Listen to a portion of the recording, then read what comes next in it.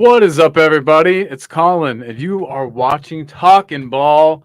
Um, yeah, and it's today. It's chatting shit. I cursed before the 10-minute mark. That's a rule in YouTube land, but we don't even care because we beat City. Tottenham Hotspur beat City, and I've got two of my. Let me turn my mic down. I've got two of my like best friends here to kind of talk about this win. First of all, give it up for my co-host, the he's like my co-conspirator in all my talking about crimes. Tiago, what's up, man? Doing good, doing good. You pretty happy about what happened? Oh, yeah. I still can't believe it though, but yeah, I'm really happy. Someone else I know is surely to be happy. More excited than me, I bet. It's Mari. You might know him from the Love Lounge. You might know him, just from Twitter. He's all over the place, man. But Mari's here with us. Thanks for being here, Mar. Appreciate having you, man.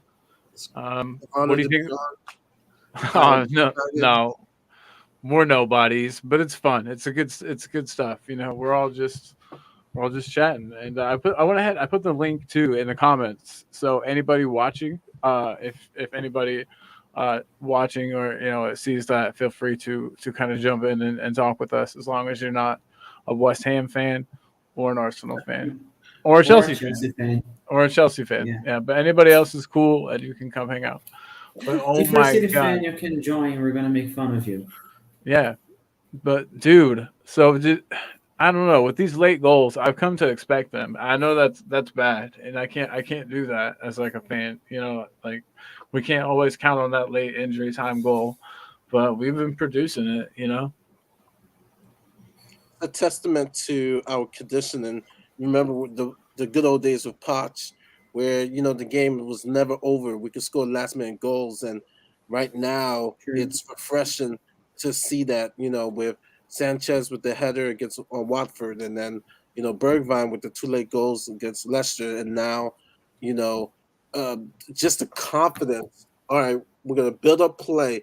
Um, Everybody's saying it's counter, and Conte on his Instagram and Twitter, he posted a joke in the sense of, "Do we play counter ball?" Oh yeah, I saw it. And the way Right? Yeah. they Oh, I love it. enter, like the build up, it wasn't like Right. the We, cheap di- we game. didn't we didn't pick the ball off them and then spring forward. It wasn't like they lost possession and then an attack and then we no we planned those attacks. We carved them into pieces. Yeah, it Yeah. was beautiful. It was beautiful. It was prime concept goal. Because people will say, if you watch Chelsea and Inter Milan, his winning teams, people will say, "Oh, Antonio Conte is boring." He's not boring. He's efficient. He's not gonna have that dribbling moves that everybody loves. He's not gonna have the tiki taka that Pep Guardiola has, but he's effective. He'll get the ball into the box and we're gonna score, and Yeah, that's what we and did. honestly, at the end of the day, that's what it's all about. And dude, we got a shout out real quick to the audio artisan, always here. Thanks for being here, my friend. Big up. You're a real one. Big up, yeah, for sure, big up. And we got Danny. City get battered everywhere they go. Yeah, definitely. Only time I've seen Tottenham live, well, twice, but one time I saw him live. We played City in a friendly, and it was right after Kyle Walker transferred, and I was like, "Oh, we're gonna show them." And then we got our asses kicked, and it was so hot. We were in Nashville, and it was like July, so hot. But yeah, so I've never seen Spurs beat City live, but I saw it on TV the other day, man, and they just can't touch us. It's almost like we have this like shield around us. That's Yeah. all.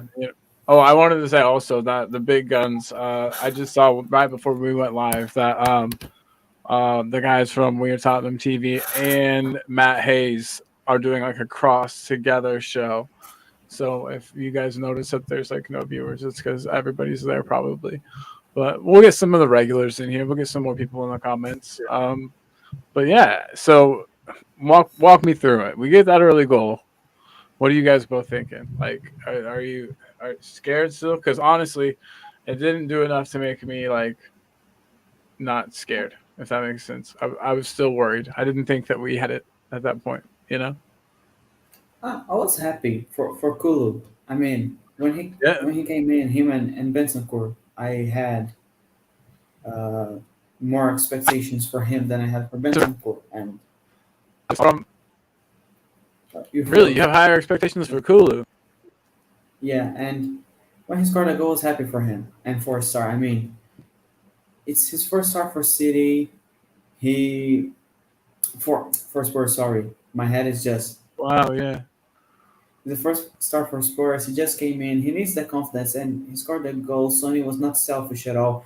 Actually, when Sonny was running all by himself, I thought, "Oh my God, he's gonna miss it, isn't he? It's Yeah, just how no, it's gonna it go. looked like, it We're gonna looked that have the way. It chances." looked that way. Yeah, I could see that.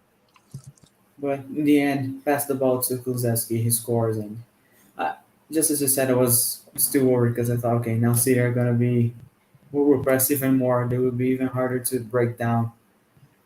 But Yeah. Yeah. And then Harry Kane being Harry Kane, getting yeah, that dub. I know we were saying earlier about the build up play. It was funny. Our best build up play was the one that we didn't score, the one that Kane almost scored. It was saved oh, by, yeah, which Oh everybody man. touched the ball. And I think I said this on Stell's the Tom and Way show. What we inherited, and it's still, we got to see what Atici does in the summer, but he inherited three players who are smart on the ball: Romero, Kulu, and um, and Bentancur. And I would say Hill too, because Yeah, I I think he might be able to come oh back my and goodness, play a that role for us. Actually, Barcelona was kind of, maybe amazing. that kind of Ericsson role, where you know how he made Ericsson into like a Yeah, hybrid center mid slash offensive mid. I think maybe that Hill no, could take that role. all three players were just amazing on the ball. I know in the first half he lost a couple of balls, but you have to understand he was pressing. Bentancur was everywhere, and in every He's a ball beast. he He's a scored, beast. yeah, he had a key pass which he made Hoiberg's game better, and Hoiberg played like yeah, a warrior. Kulu, guys, people complain about his speed and pace. He has intelligent speed. I would take intelligent speed over uh Yeah, running yeah. aimlessly. He's Now not. He's Kulu, not over what Lucas. Lucas Like does. a Lucas style. Exactly. Yeah, We both which said Lucas. which Lucas should be a super sub um Yeah. um Bench going player for forward. sure, bro. Um Bench player and for then sure. and then He'd be a hell of a bench player, dude. He would be so good. yeah, He, and then I was listening to the you know the two Robbies and Robbies on NBC Sports. They have an awesome podcast, um, and they were saying how he Romero helped Emerson because he got into the hot zones, and so it actually helped Emerson having Romero play alongside with him, and so that's gonna help build some confidence with Emerson too. So um, this was really a good team game. Everybody played well. Those who played even better. I yeah. thought Kulu was amazing. Kane, oh my goodness, telepathic him and don't even Sonny. get me started. That was prime Kane. That was like And I the would Kane say that we all lastly, want. audio. Thank you Yeah, yeah. guys. I was gonna say he put that up, and then Danny brought up something really good too. But I didn't want to just glance over it. I thought I wanted to get its own time. But so the result Yeah, means nothing. First of all, can you guys hear me? Okay, so my mic's sound fine to you guys. yeah. But it's doing a little Okay, noise when it's I a new setup. speak. Yeah. A Yeah, little It's low. okay. Okay. Okay. So Danny said the result means nothing if we don't beat Burnley and Leeds, and he's so right. Like if we drop Yeah. points there, then I mean it's nothing. And by the way, Mr. K has joined us. What is up, K? Mr. K. Easy guys, easy guys. Mic check, mic check. Everything sound okay? Oh no, you yeah. sound good. You sound good, mate. You sound good. Yeah, what it is, Colin, your microphone is like intermittently breaking up with static when you Oh Yeah. speak. man, Yeah, it's probably a contact. I think it's just a simple contact problem more than yeah. I've anything I've, else. cha- I've changed so many different setups. Hopefully, Trust me, it took me, I think, about a year before I finally got this. Believe it or not, this might be out of the back of a lorry or somewhere, £15, right? Yeah. But honest to God, it does what it's supposed to do. And it does see, it steady. You yeah, plug it in and it works. It's that's one of all. these little That's all it blue, is. it's one of these little, let me just show you, it'd be easier. Yeah, turn your mic on. There you go. There you Yeah. go. It's one Hey, of these what's little up, babies. man? Oh yeah, These little babies. I've heard good things about those. Well, I'll try this. Hopefully, I don't cut out Tell you too what, often. I think on Amazon the original Mark One, right? Yeah, is down to like $35 or something, right? And the because of the replacement that's just come along. But this old one's they're old as gold, and you know I got this off the back of a lorry for £15. Damn. Well, I'm gonna see if I can limp through with what I've got today. Give me 1 second. I'm just doing something with my hand. So. All right, so you guys tell me if it gets like unbearably bad, or if it even just gets like really bad. I It's kind of unbearably bad. It is. It's really bad. Okay. Well, Tiago. I think everyone's just being polite. Mario, Right. how you been, B? They're kind of people. So here's what we're gonna do. Tiago, take over for just 1 second. I'll be right back with a different setup. Ooh, levy out. That sounds like my cup of tea here. We're still talking about the City game. One player we need to talk about. I think he was amazing. Was Romero. I mean, even though he gave away the penalty, but that clearance last second of the game, you gotta have balls to do that. Because if he does one thing wrong, that goes straight into our goal. He scores an own goal, but he was perfect that clearance. Yeah, no, and like I said earlier, he helped Emerson with the hot zones in regards to Raheem Sterling, and just helping him. And so that's a huge point having him and Dyer back together. But yeah, man, Romero was everywhere. The anticipation, and yeah, he was unlucky with the handball. But other than that, man, I give him an 8 or 9. He was. You're on mute, Colin. Sorry. Yeah. Sorry, we Colin, can't you're hear on what mute. you're saying, mate. You're on Nothing. mute. You're on mute, man. Unmute yourself. It looks nice though. It looks kind of funky.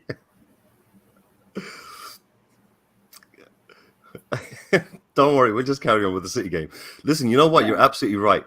That clearance off the line on the last minute, that could so easily have gone into our goal. Seriously, I'm not even joking. The technique to pull it off, right? Yeah, not only just the technique, but being there in the first place.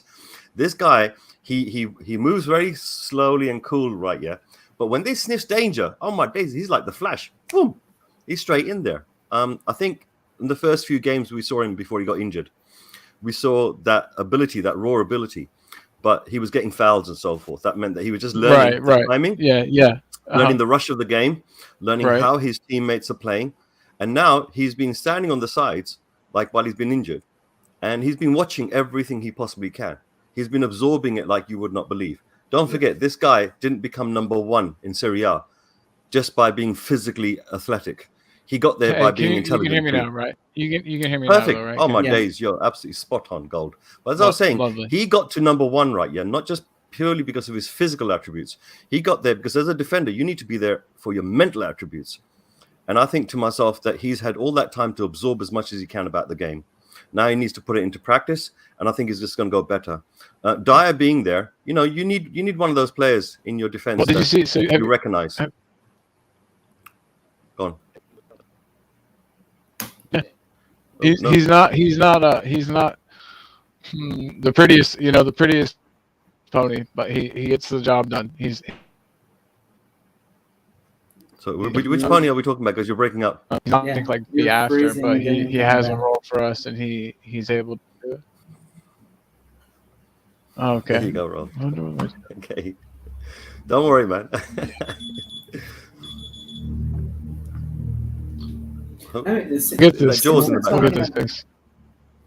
Since we're talking about defenders, I mean, Dyer makes a big difference, especially in organization as well. I never thought I would say this, and I don't think that he makes much of a difference in the long run. I think to the end of the season he can do a job, and we can certainly upgrade on him. But we look much more organized on the back when he's playing, right, Mr. K? That's right. I think what it is that one of the biggest problems we've always had with our team, whenever it came to the brilliant play, the brilliant ability that we've shown up front, moving the ball and getting goals, we absolutely get amazed at that. But one of the things that holds us constantly in fear is our defense. It's not so much how many goals you leak. It's the manner in which you leak those goals. You know, look, even the top teams out there, right, yeah, they will have goals scored against them. But it's the manner in which we concede those goals that really becomes embarrassing. And I think that having someone like Dyer, having Romero there, is just going to settle the back line. It's going to settle it, make it calmer. Fair enough, when it comes to ability, maybe a moment on the day they might make a mistake. Every player is prone to make a mistake, but it's just so reassuring. Mar, what did you make of Dyer's performance? Now, it's just everything like Mr. K says he brings, and you said he brings that organization, he brings that calm. Yeah, we know he's good for one mistake, but he is a very important communicator. I know sometimes language could be a barrier. Have Sanchez. That's so true. That's so true. He speaks Portuguese, Spanish, and English. So Dyer being back there, you already saw him in the game. He was like, talking, screaming. He was even going at it at Lloris in the first half, just communicating stuff. And so, like you said, I never thought last year this time I would have said, Dyer, you must be crazy. This year, I feel much safer with him and Romero back there. It's What a difference one player can make. What a difference one manager can make. Yeah. True. You're not wrong. A manager who knows how to get his way. Hey, I think that's basically it. I think managers in the past they're very good, but go ahead. Big shout. Oh, shout out to Big Nub. I don't think I've ever seen it on the channel before, but Big Nub's up in this club, and thanks for being here, baby. I'm calling people baby now, like just pretty much everybody. So thanks for being here, baby, and we appreciate it. Apparently, Pierre's been linked to Roma for 25 mil. Real quick, before we can. No, you're breaking up, mate. Can you hear me? No, you're totally broke up there. What Maybe do you think of that rumor? To Thiago, and he should. You're probably right. Okay. But yeah, basically, this linkage to Roma, right? Yeah, for 25 million. Yeah. Three things come into mind, right? Yeah. First of all, we've got this Italian connection now, right? With Paratici. Okay, so back end, right? Yeah, it's like the Italian rumor mill and the British rumor mill. You put these two babies together, you're going to get little baby, Spurs rumors coming out because they just need to spit something out on the news. That's for sure, right? Secondly, anytime you've got any talk of any player who's had a difficult run, who suddenly plays good for a game, it's automatically, oh, look, he's put in the window, they put him in the front window. They want to sell him. There's a plausibility to it. So that comes into fashion. Thirdly, right, yeah, true. I think purely from a Pierre Højbjerg point of view, he must be absolutely bloody nuts to want to leave Tottenham at this particular moment in time, considering the age he's at and the manager he's got. And the stadium setting, when he's in London, it's like, are you crazy, sunshine? Is this just a play by your agent to get you a better contract come summertime? But Mr. K, I'm gonna bring up a question to you. Did you see the clip after the game? Regarding Højbjerg kind of brushing off Conte. Conte was hugging the players when Conte was going to hug Højbjerg. He does something kind of with his arm, like, don't touch me. And Conte is just looking like, what? Yeah. I don't know. I think sometimes we read too much into body language and stuff. Look. I mean, Conte, right? Yeah, is a strong character. Højbjerg, believe it or not, as much as charming as he is, he's a very strong character too.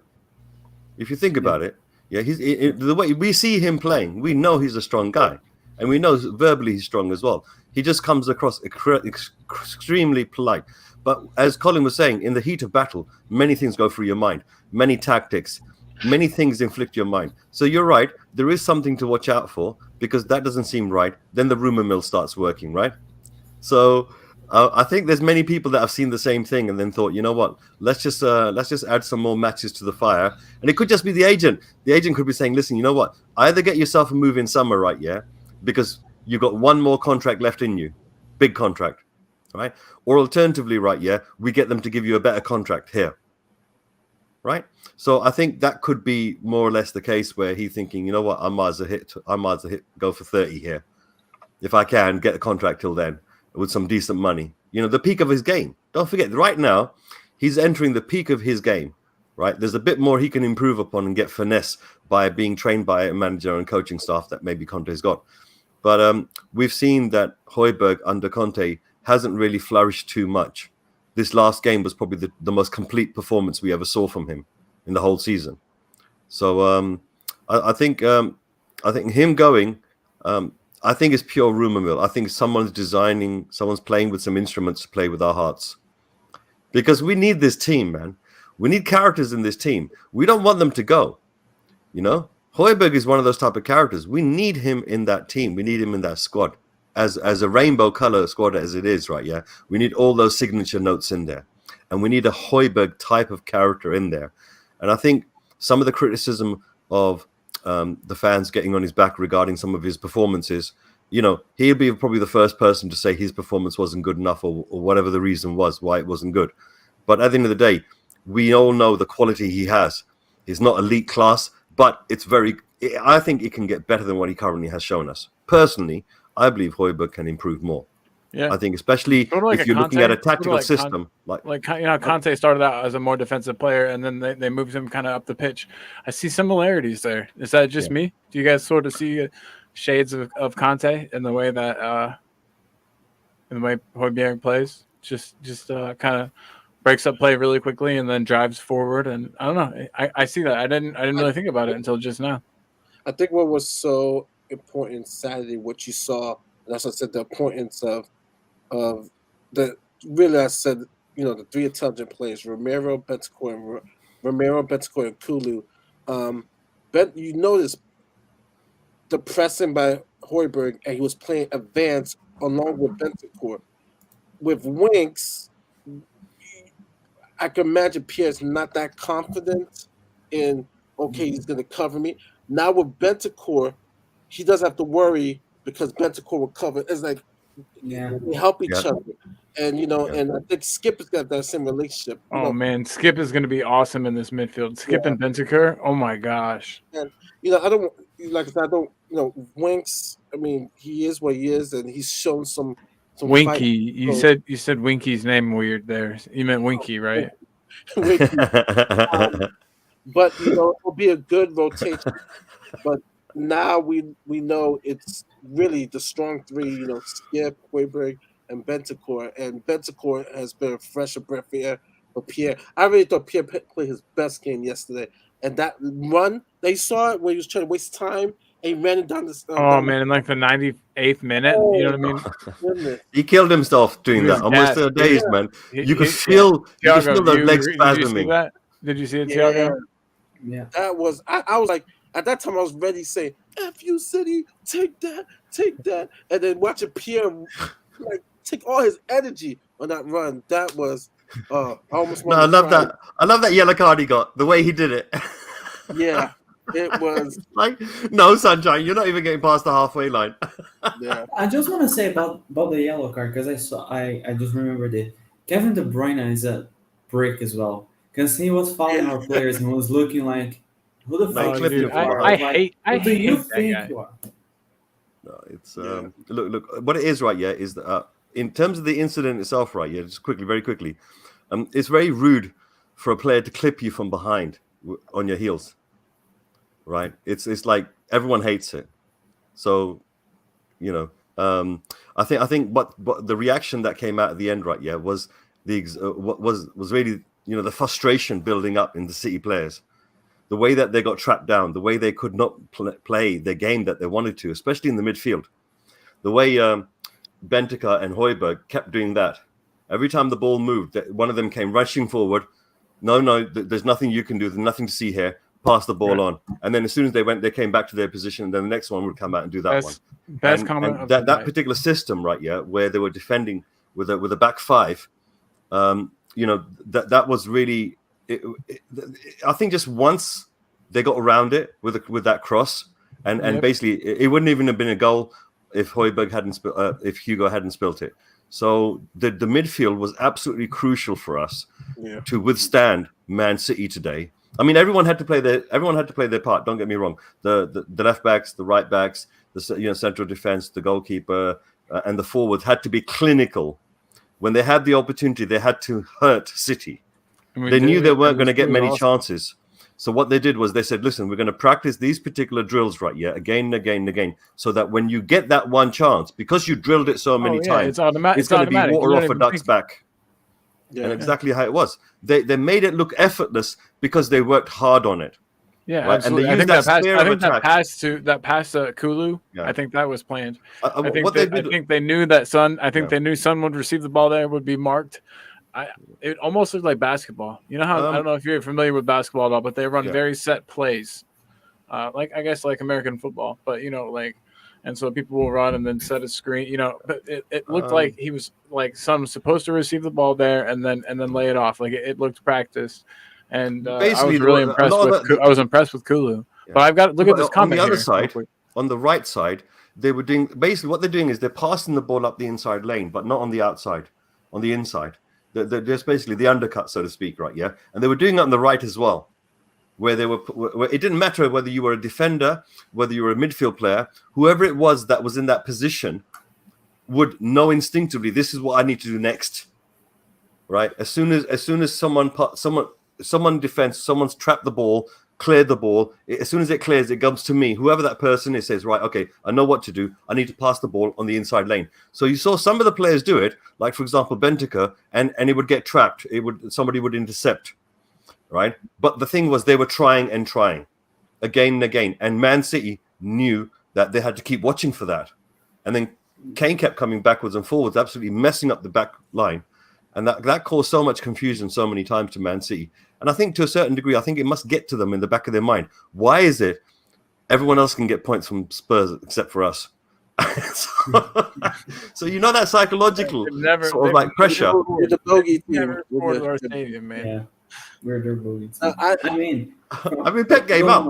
Pep gave up. He goes, forget it. But so what do you guys think? Cosmic Sean says new here. Harry Winks greater than Bentancur.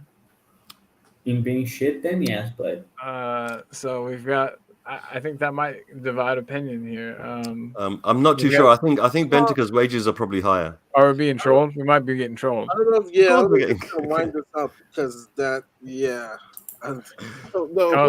Cosmic Sean. I don't know, man. You're ruffling feathers, but I'm glad you're here. You might as well like and subscribe. Thank you for being here. But Bentancur is Harry Winks is never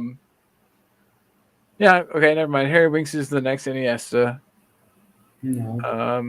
Don't put Winks and Iniesta in the same sentence. It's disrespectful. On the subject of Bentancur. No, listen. Let's be fair, right? Yeah, this number one, right? Yeah, it's the majority of it's a wind up. But if you do step back, just to be fair, Winks has put more into that pitch than Bentancur has at this particular moment in time for our badge, right? He's put an awful lot of shit there too, but he has put an awful lot there. We have to give him the respect as a player for what he has done for our club and our team, right?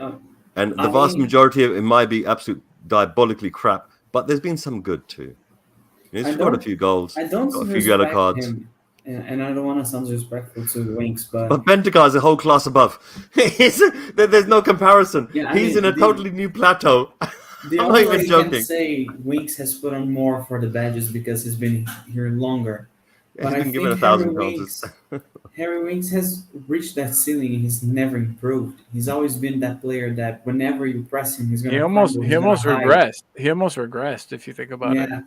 And like Bentancur and bringing to Murray, because Murray was going to say something, and unfortunately I cut you off, Murray. Sorry. Oh, no problem. But I mean, Bentancur, 95th minute, you can clearly see the difference. He makes a pass forward to Kulusevski. If that was Winks would pass backwards to play safe. Instead, Bentancur, first time, passes the ball forward to Kulusevski. Kulusevski cuts inside, crosses to Kane. It was a split. It was a flick. It was like when he got the ball, he already knew what he was going to do. He already was going to make the pass. I have expert analysis. I have expert analysis from a third party who also watched the match, and you might know her as Totten Mom. I just know her as regular Mom, but she was saying that she actually saw, and I kind of saw it too when I thought about it, shades of Kane in Kulusevski, just with the way he moves, the way he uses his body. to get in between the ball and the the defender, and the way that he can see a pass. And I actually, when you rewatch parts of it, they just move similarly. They both don't have a lot of pace. So what they do is they have those little bursts of speed, and then they'll use their body very intelligently to. Just check it out if you guys get the opportunity to like rewatch pieces, or like there's even highlights of just certain players all throughout the game, all their touches and stuff. But yeah, check it out. I think there's shades of Kane in there. I think he was a coup, or however you say that word. But I think we did a good job getting him. I don't think I don't know. A lot of big clubs would have wanted him. I think just to add on what Mr. K was saying, is just that what Bentancur does and Kulu to the Romero. What I was asking on Paxton Road on Friday and previous, I want to see a team that fights, but also be disciplined. And when you are intelligent and disciplined, you have performance like you have Saturday, and that's what we saw. You saw Man City scored 2 goals, but really it was off our mistakes. Lloris mistake, the rebound, and then of course the penalty. But other than that, they had a lot of shots, but not shots on attempt. It was like a lot of discipline that you saw, and you saw smart, effective, passing, and that was one of the reasons why I wanted Kulu to start over Lucas. And I know people keep talking about his speed, but his intelligent speed, And I said this. He reminds me of Robin. Of course, Aaron Robin is extremely quick. But more pace on him. But I understand what you're saying with that. Slower Robin, and I will take that over anything. And he is so smart on the ball. A slightly slower, maybe stronger Robin. That'll work for me. Yeah. It helps everybody on the team. And the running joke is, well, Juventus rejects are great players. You have to understand, Allegri, I don't want to say messed up Kulu and Bentancur's game, but he kind of did. You have to look at them when they were under Sarri, when they were playing, and now they benefit from it. And one last thing I will say, I know for Paratici we have to wait till the summer to really fully see his recruitment. But one very sign is he has brought in some smart players, including Gil. In Conte, he brought in Conte when you really think about it. Conte, but he brought in some smart, intelligent players, and I know, and we'll see. Because I'm trying to be very fair with Emerson. We got to see how he pans out. But the people that he's brought in is intelligence. Deli wasn't playing smart, how to go. Lo Celso, smart, but they have the passion for the club. Had to go, and Tanguy is Tanguy. But the people that have come in are really smart on the ball, and I'm excited. I really am excited. Yeah. I mean, the future is bright. It's really cool. It's a really cool time. By the way, I reconnected everything, and I think does it sound any better? No, it's a million times better, bro. A million times. Absolutely perfect. Yeah. It puts our microphone set up to shame now. That's all it takes sometimes. You just got to take everything apart. But no, everything with Spurs is rosy right now. It's really weird how bad things were at the beginning of the season versus the feeling around everything now. It's amazing what one win against City will do. But Thiago, I just want to hear your take on just kind of the trajectory on things, like Mario was touching on, the growth of some of our players and who we've got coming up in the midfield. And I mean, it's an exciting time. What are you are you excited? Are you as excited as me, or am I like do I have my lily white tinted glasses on? Am I seeing things? I mean, everybody has a right to be excited, but I'm keeping my excitement a little bit because we beat Brighton convincingly when we came back from the international break. Then I was like, oh yeah, we're gonna go against Southampton, we're gonna do really well, but then we lost. So I'm not gonna put my hopes up. I'm gonna go against the game against Burnley. I'm gonna go like, okay, we're gonna struggle to get a win here, just so I keep my expectations low. Even though I know we should be beating them, but they played really well on Saturday, by the way. Burnley were amazing against Brighton. Yeah. Yeah. But yeah, I'm keeping my excitement for my own good, So, just so I don't get too. and I think we've all got to be like that, and that sort of leads into this next question because we're talking about trajectory and we're talking about hope. Danny asked a while ago, and it was what I wanted to get to as well. Is top four? Everyone probably knows my answer, but I'd love to talk about it with you. Is top four possible? And we'll start. I want to start with Mari on this one. I said this on the Paxton Road post game show. Said this on Will's show, and I will say it again. That's a question I want to answer this way. I want to take it a game at a time. Where we Smart finish man. at the end of the season, we'll finish where we are. I want to take it a game at a time. I want these players to take it a game at a time. Because as you guys know, after a big win, we get so complacent. I'm putting my counselor's hat on, where we take Burnley, Norwich, whoever it is, where we feel that we're better than the other team, right? We then lose that hunger. See what I Yeah. saw Saturday? Was Definitely, the yes, yes. Well, if hungry. we play to the level of our opponent, that is some basic, that is some stuff that should have been trained out of these players long ago. That's something like I did in high school, or we did in my traveling teams when I was a teen. You know what I mean? Like we would if you were playing a team that you knew they were terrible, you relaxed a little bit. You didn't have that edge. You didn't have to go in. And these players are exactly the same. That's why we can get, you know what I mean, like stomped by Southampton, freaking stomped. Like they literally made us look pathetic. That press of theirs wasn't even that good, and we couldn't even survive. And then we come out and we beat City pretty I convincingly. want us So to treat every opponent like Man City. yeah, Burnley, treat that we have that hunger, have that discipline.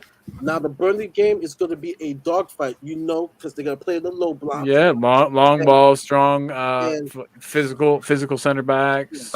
I think Conte at the beginning was turning around and saying, "Look, we're getting the goals in, but we're not killing the teams off, right?" Yeah. Once this Spurs beast gets a taste for the blood, right, of these lesser teams, and they start to enjoy that sort of thrill of getting 5 or 6 goals against teams like that. If they get that taste, as well as giving it some to some of the top teams, if we can get that sort of dynamic happening inside that team, where Conte breeds that into them, because he's saying, look, this team, what I've got left, to me, it's more complete than what I had before, because these people, they're willing to listen to what I'm saying. They're willing to work hard towards the training, and they're willing to work with us when we come across issues and problems which prevent us from implementing our strategies and our tactics. And he goes, comes the end of summer, I want every single person that's currently in my squad to have got better. That means normally at the end of a season, some people go down, some people go up. He wants everybody not to go down in any way, but to go up. What he's shown us with Davis, what he's shown us to a certain degree with Winky, right? He's shown us that certain players have got the ability, and especially Dyer. I laugh at Winky. Anytime someone says Winky, I have to laugh. I'm sorry, but yeah, right. Go ahead. But the dynamic, the holy trinity that we've had in our club for a long time, that we've all cursed at, what we call mates rates by Ryan Mates, right? So what he's shown is that he can get quality and a consistent tune out of them. With Davis, it was always, have you got that maturity? Have you got that experience to give it something on that bottom left of the field, where you're always going to have someone in front of you, a left back, that's always going to be less experienced than you. You're always going to have somebody up front that's a flying person that's going to be interchanging with other flying people, that you're going to have more experience than them. So can you be the person that's our kingpin on the left, right? Yeah. So Davis, you don't have to be Superman. Those kids will be faster than you. They'll be trickier than you. They will pull your pants down every now and again. But what I've observed in the last game and this game is that when he fucks up, and last time he did, he came back and he gave it some, right? He didn't carry on and do a Winky, Instead, he came back and he got better, right? And I think that type of self-disciplining that players need to do to themselves when they fuck up on the pitch it can really help the It rest. takes maturity. It takes maturity, and there's not every player's got that in them. Okay, you know what I mean. Not everybody's got I that. think inside. it's just a switch that you have to do in your mind to remove your ego, right? And listen to Conte. Ego. A ton of it is ego. A ton of it. A ton of the but problem. I know, but the thing is, Spurs right now. Sometimes you may have pre-existing issues or trains of thought. When Conte comes along, he's not going to care. He's just going to turn around and spit out the truth. It's up to you to believe him and to say, well, Governor, how do I fix it? Simple as that. Yeah. Anyone who does and works hard on the training field will get an opportunity on the pitch to show it. And when they've shown it, then they're going to say, you know what? I've just picked up an extra skill. I can put another £2 million on my value come this summertime. Yeah. Think about it. Skills cost money. But they know Daniel Levy will never sell them. They know it. But this is love child. I'm sure of it. Secret love child. Allegedly. But okay, so we kind of answered. But what do you think? I mean, so you're saying if other teams, depending on what other teams do, we might be able to get top four. Is that what you're saying, Mari? It kind of depends on how the teams around us play. I think that plays a big role in it. I just think from the fans and to the team, and most important the team, our mentality should be a game at a time. I think it would be a bad idea if they're thinking top four. I think that's what Conte was trying to say an interview ago. And right, even as a fan, he just doesn't want everyone to get their hopes up and then be rioting, angry. Have that same hunger of taking each game. That we want to win this game. We must win this game. Hunger and discipline. And so that's why I said I don't want to answer that question, because I honestly want to take it a game at a time. Because Spurs, man, they kill you, man. It's a roller coaster, man. And so never make a prediction about Spurs. You will get undone. Hey, and we got another question here that pops up, and it's Tamari. Do you still want to kiss the Queen? Apparently she has COVID, so I do not want to. No, wait. The Queen didn't test positive for COVID. COVID tested positive for the Queen. For the Queen. There you go. Anyway, honestly, she recovers well.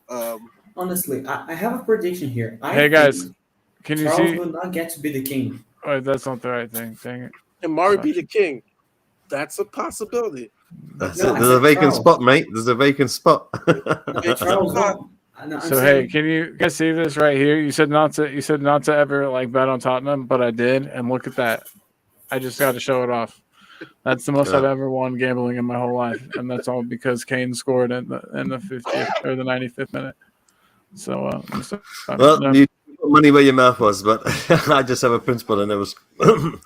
I couldn't. I don't know. I saw the odds. The odds were like 10-1. Are we a team that's capable of getting top four, though? The issue is it's not a case of how brilliantly we can play. It's how consistently we can perform at that in any way. There's an awful lot of luck that you need when you're scrabbling around with VAR. We all know the fine margin calls, right?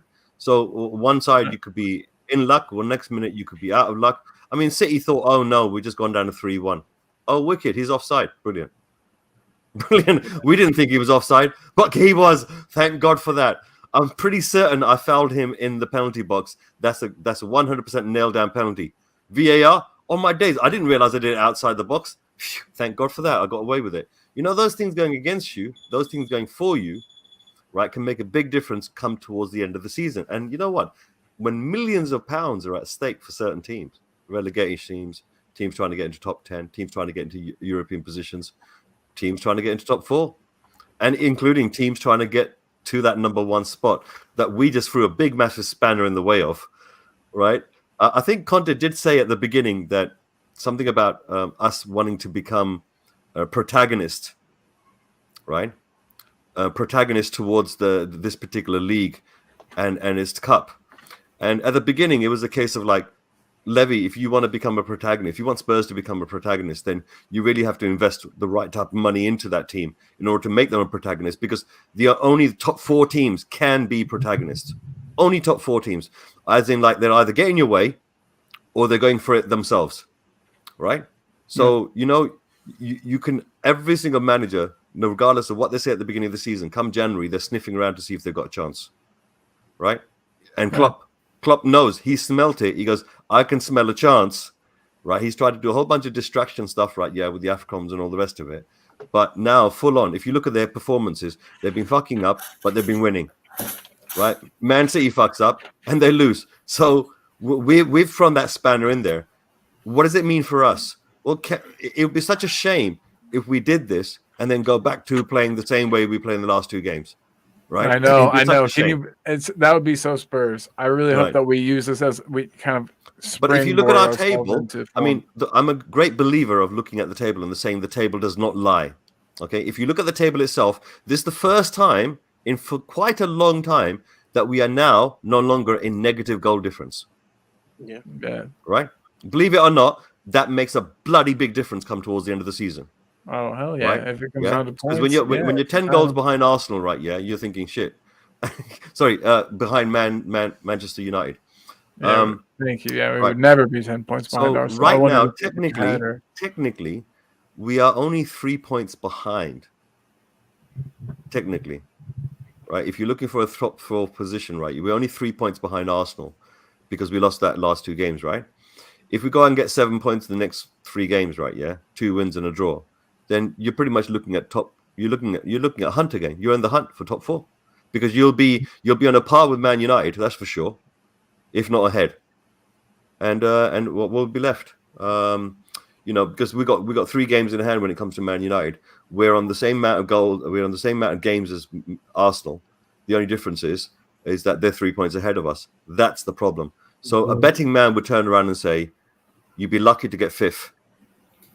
Mr. K, just to bring in some context, you were talking about the games. We're going to play Burnley on Wednesday. Then next Saturday we have Leeds away. Then we play Middlesbrough in the FA Cup away. Burnley will. And then we play Everton at home. After the Everton game, we play United away. March 12th. That's a good game. That's gonna be a great game. It's very important. That'll be a 6-pointer. That will. And I was watching the United game yesterday, and I was hearing the guy say, because United will play Atletico Madrid on Wednesday for the Champions League. Then on Saturday they get Watford. Saturday the 26th they will play Watford. Then they have City, Spurs, Atletico Madrid in the second game in the Champions League, Liverpool, and Leicester. Wow. We have to take advantage of this. That's a brutal schedule. That's kind of awesome. And I mean, United don't look that good. I think we could take points off of them regardless. But anyway, that just improves our chances. Talking about top 4, I said this in a few streams already. For me, we're going to fight against Arsenal. I think Arsenal are a team that, even though it hurts me to say this, but they're getting results. They're the same number of games as we have. They're 3 points ahead. They're not going to play on the weekend again because it's the League Cup final. So after we play leagues, we're going to have one more game than they have. And it hurts me to say this, but Arsenal look really strong in the race. They also have 3 games in hand to United. I think West Ham is a massive game against Burnley because if we beat Burnley on Wednesday, we're going to be level on points with West Ham with 2 games in hand to them. So we need to beat them. And look, I think for me, I think you're kind of right about Arsenal to a certain degree. Oh, I didn't mean that right. You have to disappear. But I think personally myself, right? Yeah, I would have thought about Arsenal maybe a few weeks ago, but realistically, you have to turn around and say that Manchester United is really the number one probable, like the biggest force going in for top 4 because they have actually got the squad and the depth, right? And they have the mentality, right? Yeah, when switched on the right way, and they have the individuals that can affect a game at any given moment. I think like they don't need teamwork. That one person could do amazing. Yeah, I do see what you mean in that regard. But because of that, right? Yeah, they're fundamentally broken. Like I also watched the game, and with Ronaldo's a cancer, and they need to get rid of him like ASAP. He's not helping their team. But I honestly, I hope he plays against us. Like that's how bad he is. He'll probably end up scoring against teams like us. But my point is this, right? Yeah, is that hey, I just wanted to. Sorry to interrupt you, Kay. I just wanted to. Right. Goguma, hello. Thanks for being here, Goguma. It's always a pleasure. I'm sorry, Mr. K. Go ahead. No. It's, look. It was a very quick point. There's that Man United deserved that opportunity to be thought as the number one contender going into the latter half of the season.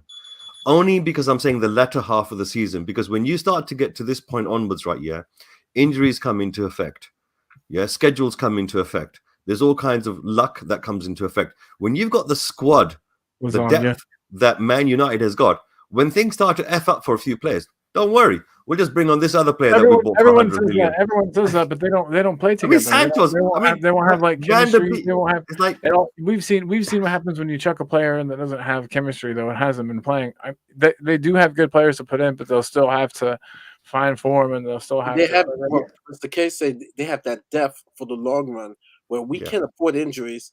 United, we'll just throw in Sancho. Sancho's not starting. Right. Van der Beek wasn't good enough. They loaned him out. Van der Beek. Yeah, I know. That's ridiculous. They just didn't know how to use him. That's the case with him. I just think maybe, but they got so many other people on the bench, as Murray's saying. I mean, seriously, you could list even the young talent. On my days, some of the young talent that Man United has got in their stables is sick. Honestly, they could just bring them out and give them like a few weeks of running, and then bang, they could be better than most teams out there. So it's fun. Steak. Can you switch me around? Thank you. Yeah, perfect. What's up? Good. I'm good. Good deal. Okay, sorry to interrupt you, but no, that's it. I'm done. Mr. Steak is kind of a legend here, so he gets the VIP treatment. What have you been doing today, Mr. Steak? You've been just watching highlights from the game, really, on replay. I understand. I've honestly been doing the same thing, reading articles.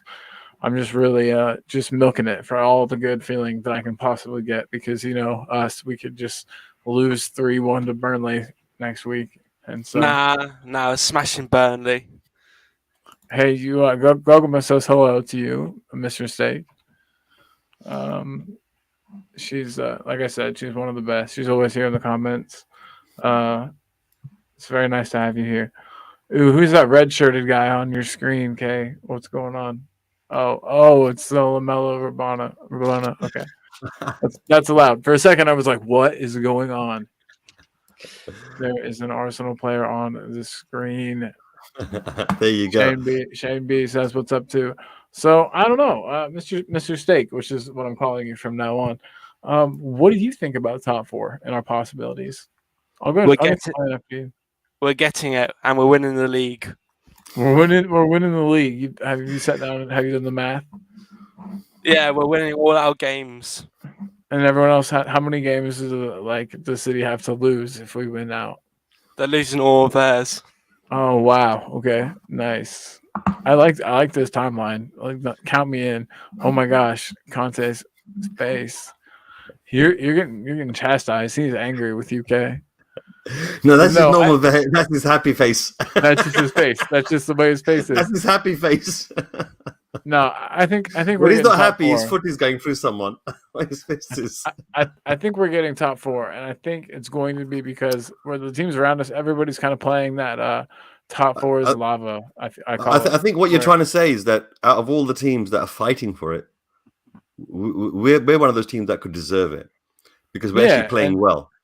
You know, I mean, when we play well, we scare the living crap out of every team out there on the planet, and not even just the ones up back home. I think. Look. As I was saying, it's going to be a stumble to the finish, and I think the teams around us are all prone to making mistakes here and there, especially Man United, Arsenal. The one team that's been performing above its punching power is maybe West Ham, and they've shown what consistency and a good, decent midfield can give you. Because let's face it, Moyes, right? Yeah, when he was in Everton, he proved that he could build a team that was defensively a strong unit, and his midfield midfield could hold itself and give a good account for itself. And every now and again, launch an attack. Midfield consist of with West Ham. I don't even Oh, honestly don't they even got follow that him. young. They got that young lad, Rice. That's Oh God, yeah, Declan Rice. I mean, he's worth Yeah, he's worth 100 world million class. easily. He's world class. Yeah, or going to be. One of these days. He's Man City type player. Yeah, no, he is. They're He going to come is. in with. Trust me. They're going to come in. He's They might either as going well Man just United or he's going. instead of money, they should just back up a big oil tanker This is a to question their stadium and be like, here, we'll just trade you this for the player. This is a question for everybody. As you can see, Kane reminded Man City how disrespected that they offered. Oh, 7 yeah. right. But what happened to Jack Grealish? 100 million play, like literally, he's been MIA. He's not even MIA, but he's spending a lot of time on the ground. He's been getting fouled a lot. He always has. That's just the kind of player. Those skill type players. But I think what happened before when he played for Aston Villa, he had more ability to get the ball for a little bit deeper and carry the ball for longer. Whereas the team he's currently playing for, right, he doesn't need to do that. So he needs to be more intricate in the little area he does. Well, like the Lamella bit where Lamella comes across the box, right? Yeah. And to a certain degree, this is where Grealish is like he's prowling around outside the box looking for a little nifty little pass he can do, right? And basically, every time he looks like turned around to do something like that, someone goes, studs through his shins, and he ends up on the floor. Because have you noticed he wears the absolute smallest shin pads they make. Like I don't even think they're like child shin pads. And so I mean, Pep is like really patient on him, and I've seen him like give him a pat on the back and like say, "Don't worry, listen, it'll get better." And next man's thinking, "My legs, I can't walk." But you won't hear them screaming or shouting about it. Kane went through that. Remember a couple of years ago when everyone went through. Yeah, trying to get that ankle. They even knew which ankle to go for. Exactly. And they went for it again and again and again. It was just horrific to watch things like that happen to a player because those type of injuries can kill a career. Oh yeah, and I mean they have. There's documented cases. I mean, Keane's even famous for saying, "I wanted to do that." In fact, but it's disgusting sort of type of thing that happens. But we got VAR, and hopefully those type of retrospective actions when they're horrific can be dealt with. But coming back to Grealish, he's basically learning that it's basically he doesn't have the space like he used to. Well, he doesn't have to be the star. He used to get flair. He used to get a little bit of wind in his hair. Right, and with that little bit of speed, as you're coming towards somebody, you're going to give him a little bit of hesitation, and you're going to make the decision. You're off. Whereas now he has to do it from complete standstill every time, and it's a little bit more harder to do when you're doing it from complete standstill. Dive left or right. And he's also got to go from being like a big fish in a small pond, to a regular size fish. Jesus, have you seen his wages? Yeah, I have, but you know what I mean though, like it's he's a big fish, bro. Trust me. No, but he doesn't. But he's a whale. He doesn't have to carry the team. He's not like the Harry Kane. Kane would kill to be in his place right now. Kane would kill to be in his place. Maybe, but he's not. But you know how important Harry Kane is for our team. Like Grealish was that important at Villa, I think, or close to it. I think the difference is that our team's a lot closer to being able to give that type of star player something that they desire. So Aston Villa had no chance whatsoever of saying, okay, Grealish, you know what? If we add this, this, and this, we can perform like this. They had no chance. Whereas I think Levy could turn around to Kane and say, listen, you know what, geezer? I may have messed up in the past. There were financial reasons. I'm a little bald gnome, right? But believe me, I mean it this time. I really do. I'm not lying to you. Bad, abusive boyfriend. I don't mean to lie to you at all. But, if not, then my nose might get bigger. We are all like battered women with what Daniel Levy's been doing to us. There you go. I'm not even going to show his whole face. I'm just going to show that part that looks like the Star Wars with Emperor Palpatine as the Sith Lord. It looks like a sideways vagina.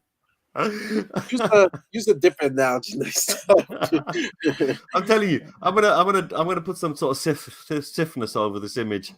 It's one of my favorite ones. Oh man, I have it on a pillow. You guys, I want to say big up to everybody in the comments. Thank you guys so much for being here. You're tuned in to chatting shit. I'm sure you already know. You clicked the link, but we're just chatting shit. And I asked this question before, and I've asked it before, but I've never asked you, Mari. What do you think is going to be the formation for the future with the signings we've made and the players we have? Do you think it's going to end up being a 3-5-2, or do you think we're going to stick with the 3-4-3? It depends. When you watch the game, it was kind of like a hybrid. Like Kulu played in a hybrid role. You know, he played in the flank, but he also came in. Right. And Yeah. without formation, it was at times 3-4-3 in a way, but then 3-5-2. It really depends on the opponent. Like Right. now, Yeah. No. I for sure. like Burnley right now, it's they're gonna sit low blocks. They're gonna put everybody in the refrigerator in the box, and so we're gonna have to be creative and get it in. I'm thinking that he may against Burnley do the 3-4-3. But same lineup.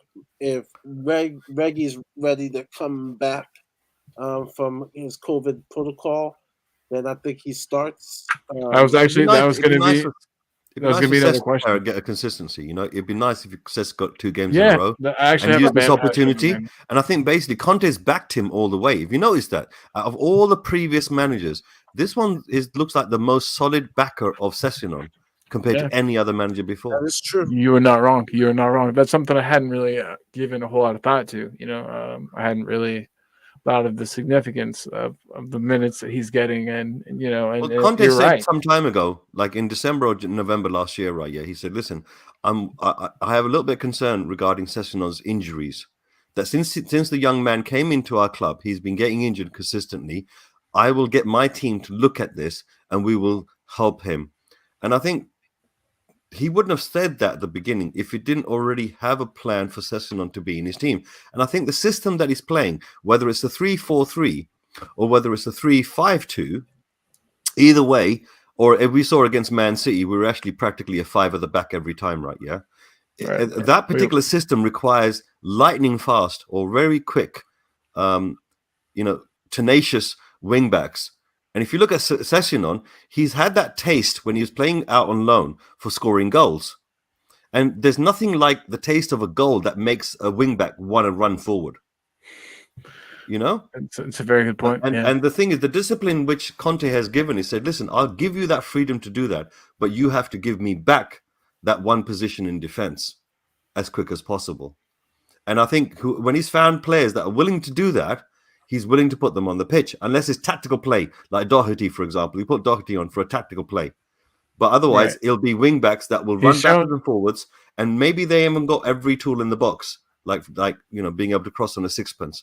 But they've got that ability when it counts, that when they've done their thing, get back to the defense. Yeah. No, it's cool to have a manager that knows when to make subs, and that makes intelligent subs. We haven't always had the luxury of that. I love. Okay, apparently we've been discussing for no reason, because Will says, "Listen, Reggie for sure, not even a discussion." Yeah, Sessegnon's better defensively. Look, it doesn't matter. Reggie is the better player.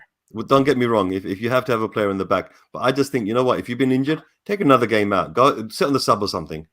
Sub yourself on for the first game. Let Sessignon grab the limelight.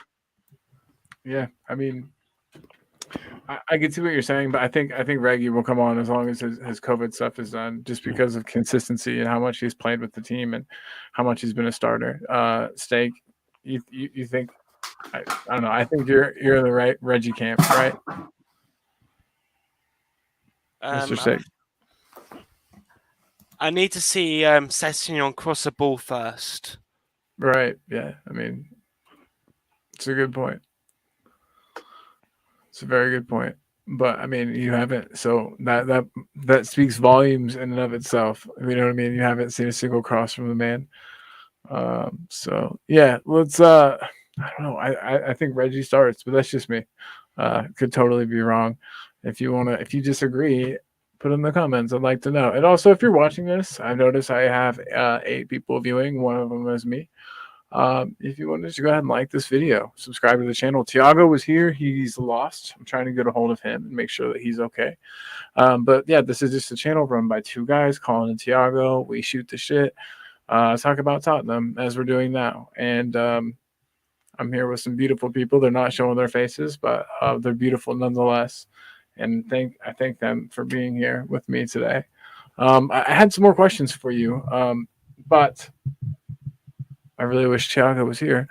But anyway, so we're playing the game against Burnley coming up, and we know that Burnley are a physical team. We know kind of how they play, and it's oh, 1 second. Sorry about this. This is to go back, just to backtrack a little bit. Thinking Reggie's having some major symptoms from COVID. He's suffering quite bad from what I've heard and read. Well, That no, sucks. if on my days, I hope he gets better soon. I mean, that's a bit of a concern. Wow. Thanks, Shane, Wow. for letting us know. Good update. Shane, you're the man for that little slice of info. I wish it wasn't the case. Session's gonna start if that's the case. Yeah, and I mean, and he'll do a fine job. He's not bad. I don't think he's even worse than Reguilon necessarily. It's just that their skill set is so different, despite playing the same position. You know what I mean? They have. No, but what I have been encouraged by is the number of times that Session wants to grab the ball and go on the inside lane and try to run the ball up that way. And he has been getting caught many, many times. But the thing is, he's constantly trying it. And I think that's just a play that Conte has asked him to do. So listen, you get the ball. I want you to go in the inside lane, and I want you to plow through the middle. If you remember back in the day, Sissoko used to do that in the right wing. Mm-hmm. He used to be on the inside lane, grab the ball, and run up with it. And I think to a certain degree, when you're looking at a 4-3-4, that's the type of play that you want to do from a 3-5-4 as well. But practically, I mean, look, there's bigger teams. We say 3-5-2, but really, it was really a 5-4-1. And then at least 5 players would end up attacking, 4 players assisting the main attacker. It's insane. First of all, but hey, Will said that that it was posted on his Instagram that he would actually be back in a few days and not to sell him in the Fantasy Premier League. So apparently it's not serious, and he will probably be back for the match. But big up to everybody in the chat. Thank you guys again for being here. It's always a pleasure. Goguma being the nicest person as always. Poor Rayon. Hope he comes back soon. We all do. We all do. But so we're going up against Burnley, and we know them. We know they play physically. We know they kind of like to battle. Do you think our players are up for it? Do you think that this is the type of game where we're going to get a result? Mr. Sake, what do you think? I mean, we know that we're kind of, I don't want to say soft because I don't want to sound like I'm Roy Keane or something, but you know what I mean? Like we just don't graft, I don't think. And so do you think do we have what it takes to grind out a win against Burnley? Why not? If they go... If they try and tackle us, they get yellow cards and then they can get reds. They'll create space. Yeah. And with the free kicks, why not? We scored from Eric Dyer's with Reguilon, or we can give Kulusevski a chance on a free kick. Oh my God! Can you imagine Kane not running up to take a free kick? That would be so beautiful. Oh my God! Oh my God! Every time he lines up to take one, I'm just like, what are you doing? Or we can just we can have the ball all the way back and we just hit them like fast in the transition so they can't get back properly, and we'll just leave space. And that's the thing. It's amazing Burnley, how fast if anything, players get up Burnley, and down. if anything, going to be well drilled to expect that. That's going to be the game. Basically, they're going to use the same game plan that we used on Man City. Yeah. Except maybe they might have 6 in the back instead of 5. Honestly, yeah, it might take a Son goal from distance. Someone needs to mark the guy that we were, I guess, linked to the last 2-3 Workhorse. He's actually a unit, man. He's a good striker for sure. Yeah, he's tall and set pieces. He has to be marked like white on rice. He has to. Yeah, like me on rice. Yeah, like you on rice. Like me. So yeah. So. Yeah. But and apparently Benton Court can hit a free kick as well. And yeah, John, I agree. Fitzy says that for him, Harry Kane's got everything except the free kick. I could not agree more, man. He thinks he's got it. In training, he must blast him in. There must be some mental thing where he just can't do it during the game because they wouldn't let him keep doing it if he was bad, in practice. So there must be some times where he's banging him in, but we've just never seen it. I'm trying to hit Thiago. But yeah, so what changes would you make, Mr. K, to the lineup, or if any, for the match? I don't think. I think to a certain degree, if you put Kulusevski up front, then you really need to rotate him with Mora come for the next game, or Bergwijn, right? So you need to give Bergwijn and you need to give Mora an opportunity to come into the field, right? So if you're the only spot that you could not change, right, is basically Sonny's spot and Kane's spot, because you can bring them in. If you need to sub them off after 60, 70 minutes, you'll do that. Right, Kane's the type of beast that will want to carry on for 90 minutes. But Son, because he makes incredibly explosive runs, I mean, let's face it, some of those runs are like they're Olympics in terms of some of the afterburn he puts on. Yeah, you can't have a player that's come back from a long injury and keep burning him out every single match. You need to sub him off. And so far, Conte has been sensible. He has been subbing him off. So those two positions you can't. So therefore, either Mora or Bergwijn's going to have to step in. And out of the two, it seems that Mora is going to get the number one pick. And then Bergwijn will be the super sub that will come in to replace Son when he needs to come off. In terms of the wingers, Emerson's got his spot. Romero's got his spot. Davis has got his spot. Diaz could just come back in. And Conte never moves his defense around too much once he's stabilized it. He'll keep his spot. Now, the only bit of change you may get is in the midfield, right? So you've had Højbjerg play. He put absolutely everything in. Give that boy a damn break. Now, the question is Skip well enough? Right. Is Skip well enough? If he's not well enough, then it's going to be a Benteke, Winks midfield. And I don't know about you, but I think Benteke is too new to exert any type of influence over Winks. Skip's out. He's got a infection. Right. In that case, Winks is going to start then. Winks and Benteke will start the midfield because Benteke has got large reserves of energy that Højbjerg does not have at this particular time because Højbjerg's used it for the last season or so, right? Yeah. So absolutely. He really needs some looking after this season. And Benteke needs to burn in his bridges. He needs to burn himself into the midfield. He needs to burn himself into the Premier League. And that means to game after game. And if you look at it now, he is now a regular starter, whether you like it or not. Benteke is now the regular starter for our midfield. He made some mistakes, for sure, but he pulls them out. He learns as he goes along. Absolutely. And he's everywhere. He's playing in a brand new system in a brand new country under a brand new manager. That's what I'm thinking. I think to a certain degree, it's like this guy has shown his maturity where if you look at that last game against Chelsea, as well as Højbjerg, him and Højbjerg were absolutely everywhere. Right? Anytime there was even a puff of smoke, they were out there taking the fire out, putting the fire away, bang, bang. And, Højbjerg at the end, like showing, shithousery falling down, kill time. Benteke's got a little bit more class. Maybe he hasn't got that cheeky yet, but he can do a few naughty things if he needs to. But right now, he's a very polite boy. So yeah, I think that will be it. It's just a case of who'd be on the left wing. Is Sessegnon? I think Sessegnon would be preferred because Conte would like to keep his development going. Reguilon, if he can't make it, then he's not even going to be on the bench, I reckon. Doherty will be on the bench. Rodon maybe on the bench. Bergwijn will be on the bench. Who else could go on the bench? Scarlett going on the bench. Golini on the bench. Obviously, when we're talking about teams from now on, we're not even considering Golini, are we?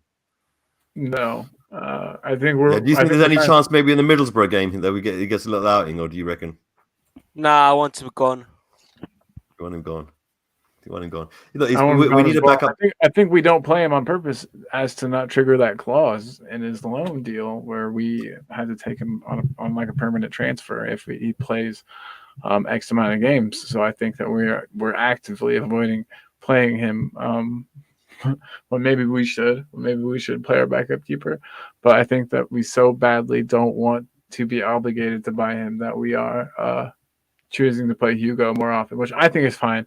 I honestly think that goalkeepers can play, fairly often. It's not quite the same as being an outfield player, but I don't know. For me, it's just a case of like having a player that can be a first team player who was a first team player in his previous team, right? Yeah, and then having him sit on the bench for an absolute season, right? Yeah, fair enough. He's getting used to something, language, methods of training, coaching styles. His teammates. No, absolutely. You're 100% right. Maybe there is a plan for him in the future.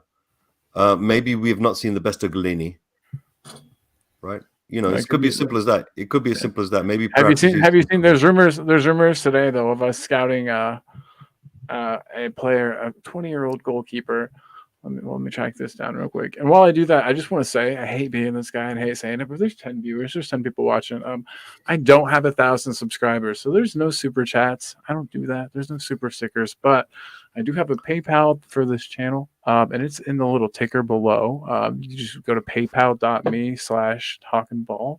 And all proceeds go to things like microphones and cameras and things to make this channel cooler for you guys. So if anyone wants to drop, a couple dollars, maybe 50 cents, it all adds up. So hate to beg for money, but there it goes. But no, so there's been some rumors of where extensively, the word extensively is used here. I'm so close to it. It was on Reddit.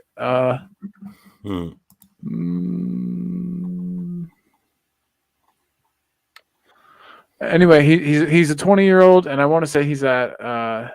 But Colin, the thing is, right? Yeah, our team, our club should, we should be scouting absolutely everyone, right? Yeah, anyone worth scouting, we should be scouting anyway. Yeah, right. And many of the players that we scout, they'll be the same type of players that Arsenal will scout. They're the same type of players that Liverpool or Man United would scout as well. Why? Because we do want to get players when they're showing talent and they want to go to the next level. And we are that type of club that can say, come here and we'll aid you in your development. Whereas top clubs will say, come here and sit on the bench for 2 years. Take your pick. I think some players, if you look at, for example, Gallagher for Chelsea, he's loaned out to Palace. What a player. Oh my God, he's a beast. He is absolutely amazing. Tenacious. He's absolutely tenacious. You want someone that's just constantly at absolutely everything. That bundle of energy that's running around everywhere. A bit like Amora, except this guy wants to put the ball in the back of the net as well, which he can do on a more effective basis. But we should be scouting, as I was saying, we should be scouting for every talent out there. That should be standard. You're 100% right. Have you also heard the news from? It's from a tier 3 source, so it's like nothing great, but. That Spurs have offered Dybala a contract and have also started working to sign Lautaro Martinez this summer. Do you think there's any? I think that Dybala might happen. I think the Conte factor makes Dybala a lot more. It makes a lot more sense. I'm not too sure whether isn't Dybala. I mean, look, 3 things really. One is that when we talk about a player to death, it never happens. Right, and if it does, it happens the wrong way. Secondly, this player, does he have any sort of injury issues that he's been consistently persisting with? And thirdly, can we afford his wages? I mean, when I say can we, of course we can. We're a bloody top club. But it's the case of we're talking the levy factor here. I would love to get someone like Dybala in, because that would give our attack a lot more teeth, and it would fit into our system of fast attacks, intelligent and clinical. He can play. He can sort of do that Kane thing where he can play as a striker, but he can also drop back a bit. Number 10. Yeah, okay, and right. That would be awesome. It would be really cool to. So basically, it'll be like a substitution. Kane can't play it. We got to play the ball instead. Oh no. Well, we need someone. That would be so. The thing is, right? Yeah, is that how many players in our team can actually do that particular task of playing the number 9 role and then dropping back for a number 10? Because right now it's kind of needed. We need that extra person in our defense. We need those fast runners, Kulusevski, Mora, Sonny, Bergwijn, to be available to do the running for that number 10 position to distribute to. And I think basically it's very difficult to find someone to replace someone like Kane because he understands, one, the Premier League, he understands his team, he understands that system. He's got an amazing technical capability and gift of being able to put a ball in a sixpence for someone. And last but not least, he's got that killer instinct of knowing exactly what and where is going to hurt the opposition. Then you agree Sonny's our best forward. Was that front winger? Forward. So our best forward. That front winger? I think it's yeah, I think he is. Well, I think without doubt he is definitely our best front winger this year. And I think even if you're saying forward, I still think you might be right. Do you not agree, Kay? Do you think that Kane has been? Well, you know what it is. It's basically right. Yeah, you know what people do. They generally tend to forget that this is a race, and the tortoise and the hare, right? Yeah, and the tortoise can sometimes catch up and overtake the hare. If you look at it purely for the number of goals and assists and things like that, then yeah, you could turn around and say that Wink is a really brilliant midfield player. But those who have actually got eyes, right, yeah, and got the balls to say something, they will turn around and say, "Winky, thanks a lot. You've done some really great things, but now please sit down and get in a taxi and get out." So yes, Sonny is incredibly. He's one of our best front wingers. Front wingers. That's my new favorite thing. I'm gonna call him that forever now. We've got the best front winger in the league, maybe in the world. He's so good. He does that thing where he does that, from the wing position. He comes in. I think they call that an inside forward. But I believe you are correct. But yeah, we can all agree. We can all agree. He's I think one of the best in his position in the whole world. And I'd actually like to hear what Mr. Steak. What do you think about Sonny? Has he kind of helped? Has he carried the team this year? Has he been more? Well, I think what Will is saying is that he's contributed more and been a better forward than Kane. And what do you think, Mr. Steak? He's so good that you made up a position. Yeah. And front he's winger. been our best forward or front winger this season. Yeah. Respectfully disagree. I will say this. Nowhere close. And Alan Shearer and just watch a lot of post game commentary. There's a reason why Kane is valued at 150. Son has carried our team when Kane was kind of down tooling, basically down tooling. No, definitely down. Yeah. Until Conte came in, and Sonny is important to our team, along with Kane, to get us to the next level. Like to the next level is when Kane is playing like the best center forward in the world. Oh my goodness! It's our team. It's amazing. When they both are being telepathic, like you saw on Saturday, that is just everybody knows it. Everybody loves it. But I would say Sonny, from the beginning of the season to now, has been our best forward, but the best performance of all of our forwards was Saturday was Kane. And when Kane plays his A game, he's up there with Lewandowski in my book, because Lewandowski, people got to feed him the ball. Lewandowski is amazing, but Lewandowski can't pass like he's overrated. Yeah. And I get to arguments with people. He knows how to score, mate. He knows how to score. The guy's a goal scoring machine. He's a goal scorer, but I'm talking about as like complete play. Like he could do, like passing and defend and stuff. Like Kane is better than him because he has more tools. Lewandowski is amazing, but he's just a goal scoring machine. He's a tap-in machine. I watched some of the Bundesliga game. He's just, he's surrounded by great players, and they set him up, and Lewandowski taps it in. He's a goal's a goal. You got to know where to be, Mari. You got to know where to be. Yeah. And so, but if you tell me my A game Lewandowski, A game Kane, I'm taking A game Kane.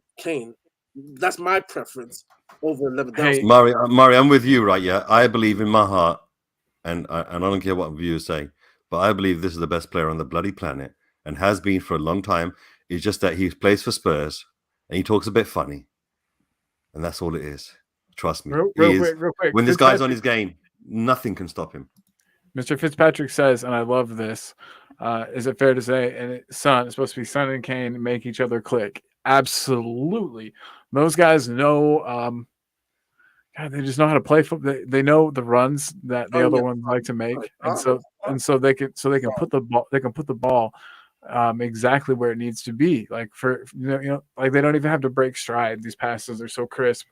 And Son and Kane definitely make each other play better and look better. So Fitzpatrick, I agree completely. What do you guys think? Agree to disagree.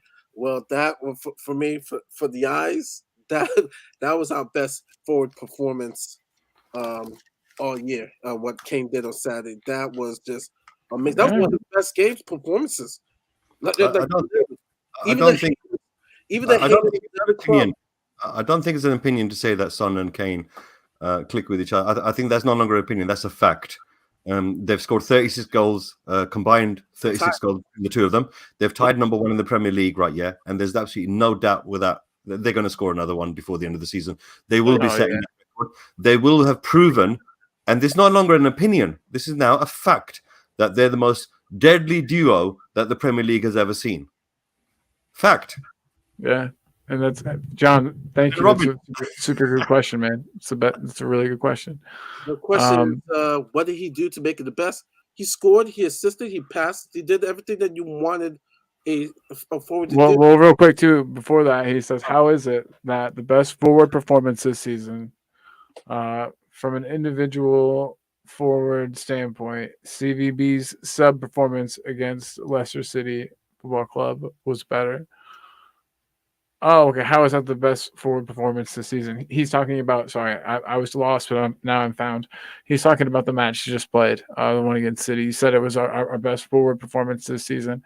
He's arguing that it wasn't, and that even Stevie B's sub performance, where he scored those 2 goals, was better. But I don't think that's a fair comparison. I mean, one was absolute magical couple of minutes, and the other one was a calculated the whole game.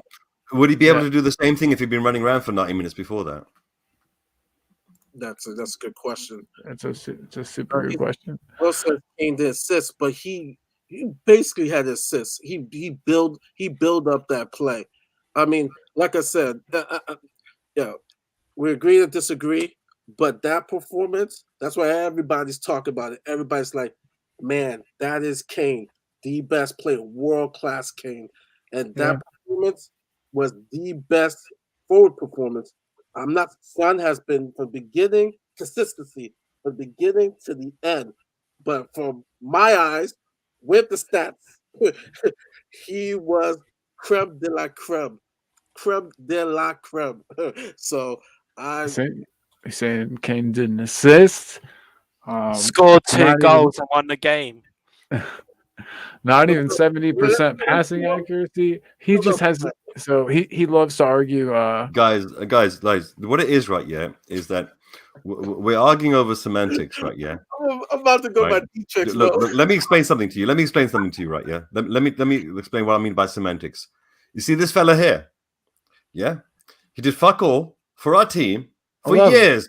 I love him. He sat and milked it on the injury run for years, and when he did come on, he ran backwards and forwards and get his injured again. But all of that was worth it for this one goal through the legs of next man, through the legs of next man after him, and into the corner of the bloody net, right? Yeah, against our number one opposition, which is that scum across the road.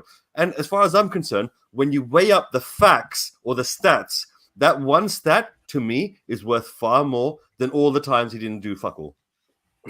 Right, and I just want to remind you, right? Yeah, that picture behind, right? Yeah, you see that guy there? See him next to him? See, I remember I was there. Like, this is amazing, right? Yeah. So you know what it is? Stats are absolutely wonderful. They're absolutely important, right? But when it comes to measuring the merit of a man and what they mean to the club or anything, then sometimes that one action that they do can sometimes overshadow absolutely everything. Will, we are calling you out. Please get into your bat cave and fire up all of the devices, all the cameras, all the lights. Fire it up and get in here and defend your points, because Lamella is no. His point is well not a defended fraud. because it's a fact. He presents facts. He basically, look, it's true. When you look at Lamella's facts, they're atrocious, bruv. Yeah, I know, but he did do important. But that one goal, I don't care. I just like the fact that at 70 minutes you could throw him on, and you knew he was going to beat a couple people up. You knew he was going get to a red card or something. I don't know. You knew he was going to stop play. He was going to break things up. He was going to elbow people. You know what I mean? He was. I'm sorry, but I agree with Will on that one. Oh, and I love Argentinian players, but Lamella was fun. You didn't think he was? Did you not think he was fun to watch at least? When we're losing. I mean, look at that. Hey, Goguma loves your side screen. Look at that muscle. Yeah, see, and that's the muscle. That's the muscle in the leg. He can't world class. I've banished him in Lo Celso. Big up. Hey, seriously, the biggest up to everybody in the chat. Thank you guys all so much again for being here. Anybody that has a lot in their name, I don't like. Oh man. Hello. Steak, what's up, buddy? Yeah, we're here. Okay, we still got for a minute. Oh, it's okay. Were you doing illegal substances? No, steak. Steak. He needs more steak. Okay. So we'll go to the next point. I'll preface this. Okay. Stats wise, who scored a hat trick for us this year? No one scored a hat trick. I'm the only Spurs fan with a match ball. Okay. Maybe we'll find someone who played a better performance, and maybe it was against. Well, Kane scored a few hat tricks, but they've been chalked off. Yeah, he scored. Yeah, maybe it was against Norwich or whatsoever. Newcastle. But for a big game, for the atmosphere and for what we needed, and rightly so, that was one of the best performances. Like, you could score 4 goals. Bergwijn could score 4 goals against Norwich City. Sonny get a hat trick versus, I don't know, against Mura. Not Mura, but like Brighton. But the performance on Saturday, literally, I lost my voice. Like, everybody literally, I lost my voice. It was just the hope from the beginning to the end. And, it was, everybody played well. Sonny was amazing. Kulu, amazing. It's amazing to me how Kulu and Bentancur have stepped into our team, and they've already, they've already seems like they get it. And that he is world class. Like, there was one time I got to a serious argument with someone else. Like, he's 3rd, 4th best. That one year he had scored 50 goals. He was on par with Ronaldo and Messi that one time. Yeah, and it was just that year. It was amazing. It was literally amazing. And in Saturday's performance, hopefully it could carry on and stuff. But Saturday's performance was just like, I honestly think that's the kickstart that he needed. Just think about So basically, right, the reason why he's not been getting international recognition the way they should be getting recognition is because his team hasn't won any trophies. It's trophies. That's it. Real quick. I just wanted to say we're not going to get a good break. Bryce is here. We got the Australian contingent just really representing. Bryce, thanks for being here, man. He says John Joe Shelby. He's talking about hi, so the Mellow was fun to watch.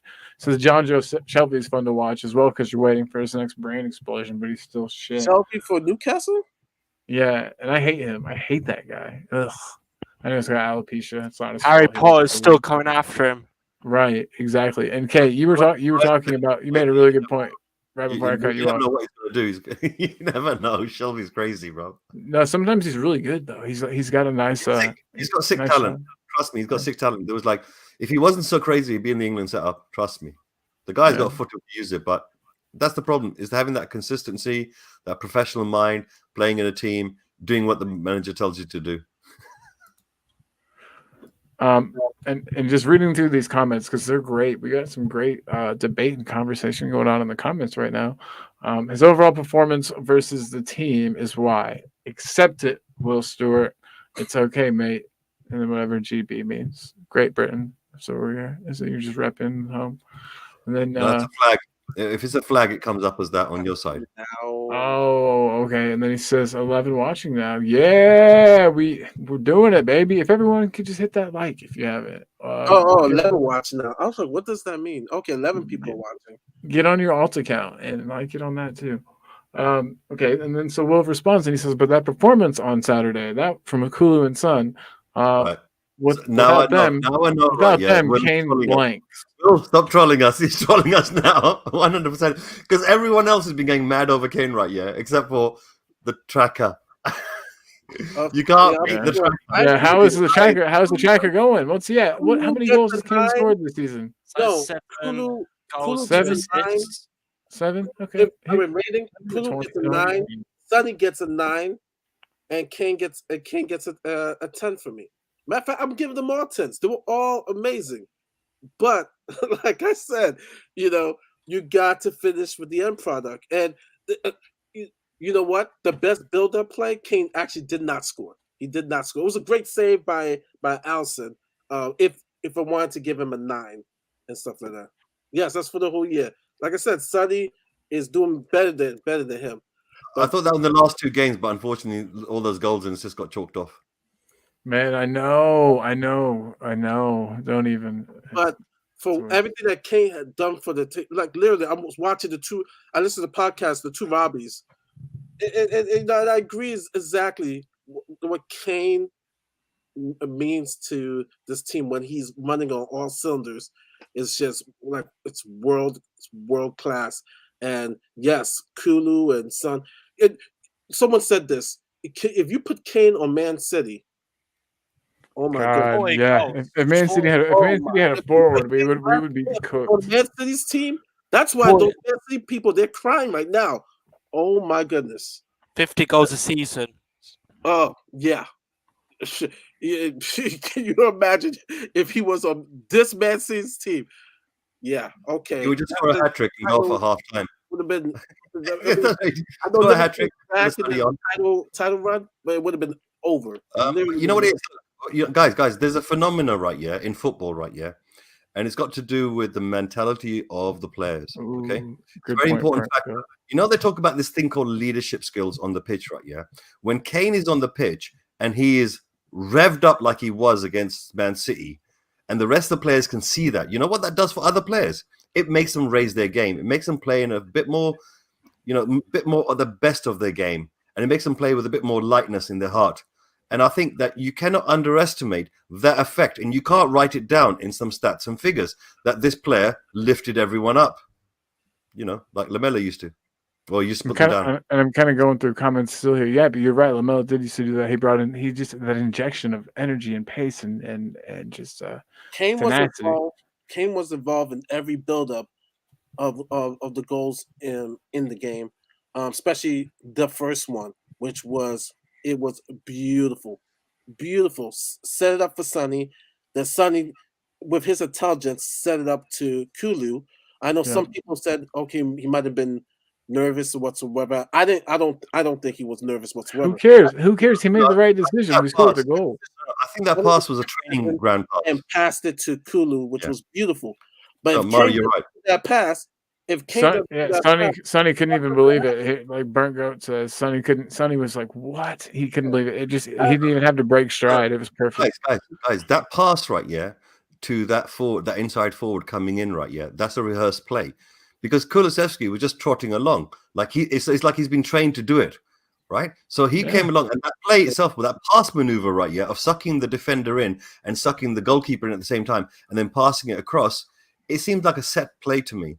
That's how Conte's teams are. That's how the players have always said. That's how Conte's teams are. They're on autopilot basically. Play like that, you're not going to end up giving an assist to someone like Kane. So the tracker unfortunately doesn't record that. Well, Fitzy wants to know if we'll watch the game. It seems like you guys are disagreeing a bit with maybe the events of said game, but we won, and that's why we're all partying, and that's why we're all in a good mood. And you're watching Talking Ball, and thanks again for being here, everyone. Big up to everybody in the chat. Sonny's Robin, Kane is Batman. All right, well, Robin got Batman out of some jams, so he was important. I don't care. Burnt coat still tastes nice. Will Stewart. Yes. Why do people always ask me if I watch the game? I watch them twice every week.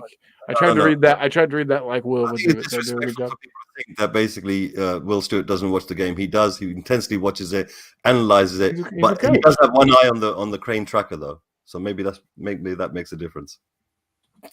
Bryce. I think Sonny and Kane looking like they're getting along again. Would give the team a boost also. Yeah, definitely. I think Sonny was upset about the summer, drama, you could say, and all of the BS going on. And it was like, Do you see the interview? Sonny defended Kane. he did. He did. Yeah. I did not know that. Wow. Yeah.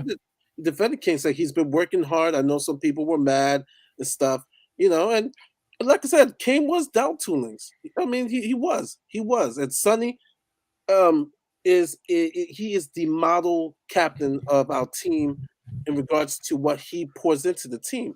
Yeah. I'm just saying when you take their A game and you can't find anybody on this planet, maybe for Will, that when they both play their A games, Kane at one point I think it's Ronaldo and Messi. I mean, and that's the truth. And guys, I think this debate is going to happen eventually, right? Yeah. Let's just do it. Let's just get this thing started right now, right? Yeah. In my book, right? Yeah. In my book, Sonny is already proving himself to be a world-class player. Yeah. Now, everyone's been talking about Kane as being world-class, and this debate is always going to ramble on about, how good is one compared to the other. You can't compare these two players, right? Yeah, other than maybe the goals they score or the assists that they do. But realistically, they're two different players of incredible talent. Very, very, very good point. The best at their game, at the position and the way that they play. Now, Sonny, right, yeah, is lightning fast, and he is incredibly accurate. Some of the goals he scores are so accurate. I'm shocked. Yeah. And if you look at Kane's goal, the one that got chalked off, right, yeah, for Kulusevski being offside, do you see the way he saw that sliver of an opportunity on the inside post, and he slotted it right in without missing, without hitting the crossbar and going off or some shit or another? No, under pressure, going in. Sonny is exactly the same. This idea that Sonny wasn't confident and that he had to pass the ball, no, it's a rehearsed play. He's sucking them in. Otherwise, he would have taken the shot half a yard back. Here's a question right hand side, boom, it goes in. But instead, he had to come in and sucker him in, so they got a nice, easy tap in for whoever the other inside forward is. Sonny is an exceptional finisher. Kane is world class as a finisher. We all know this. So I think they're two different players. But right here and now, I'm stating that Sonny is already proven to be world class. No, he's world class. No question. There's absolutely no question. There is a question because people generally, when it comes Goguma also agrees he's a great finisher. I agree with her because I saw a comment first. Yeah, 100%. He might be our best finisher. I know that we have Kane on penalties. No, Kane. My best friend is an Arsenal supporter. I was the best man at his wedding, and he's gonna probably be the best man at my wedding.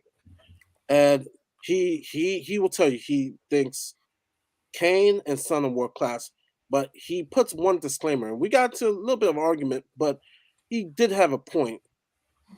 Other people, and Mr. Kane mentioned the trophies or big games.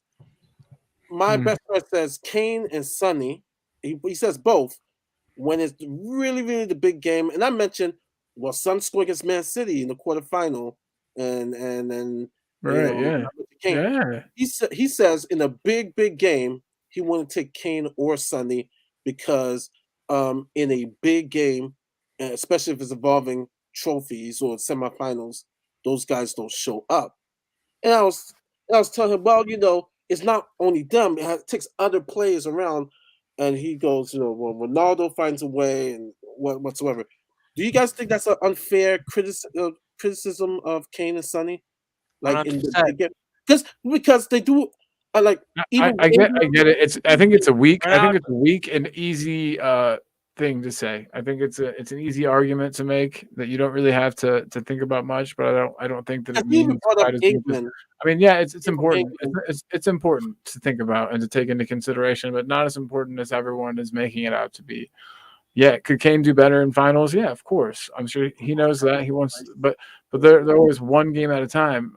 You know, it's just one game, and we've seen that he goes missing at times, and that's just unfortunately that's just him, and that's part of who he is. And I don't really think his going missing in big games is any different than his going missing during the season that he does, you know, every once in a while. And you know, there's it's just been unfortunate, I think, more than anything. And Goguma says people thought that Son wasn't confident. She disagrees.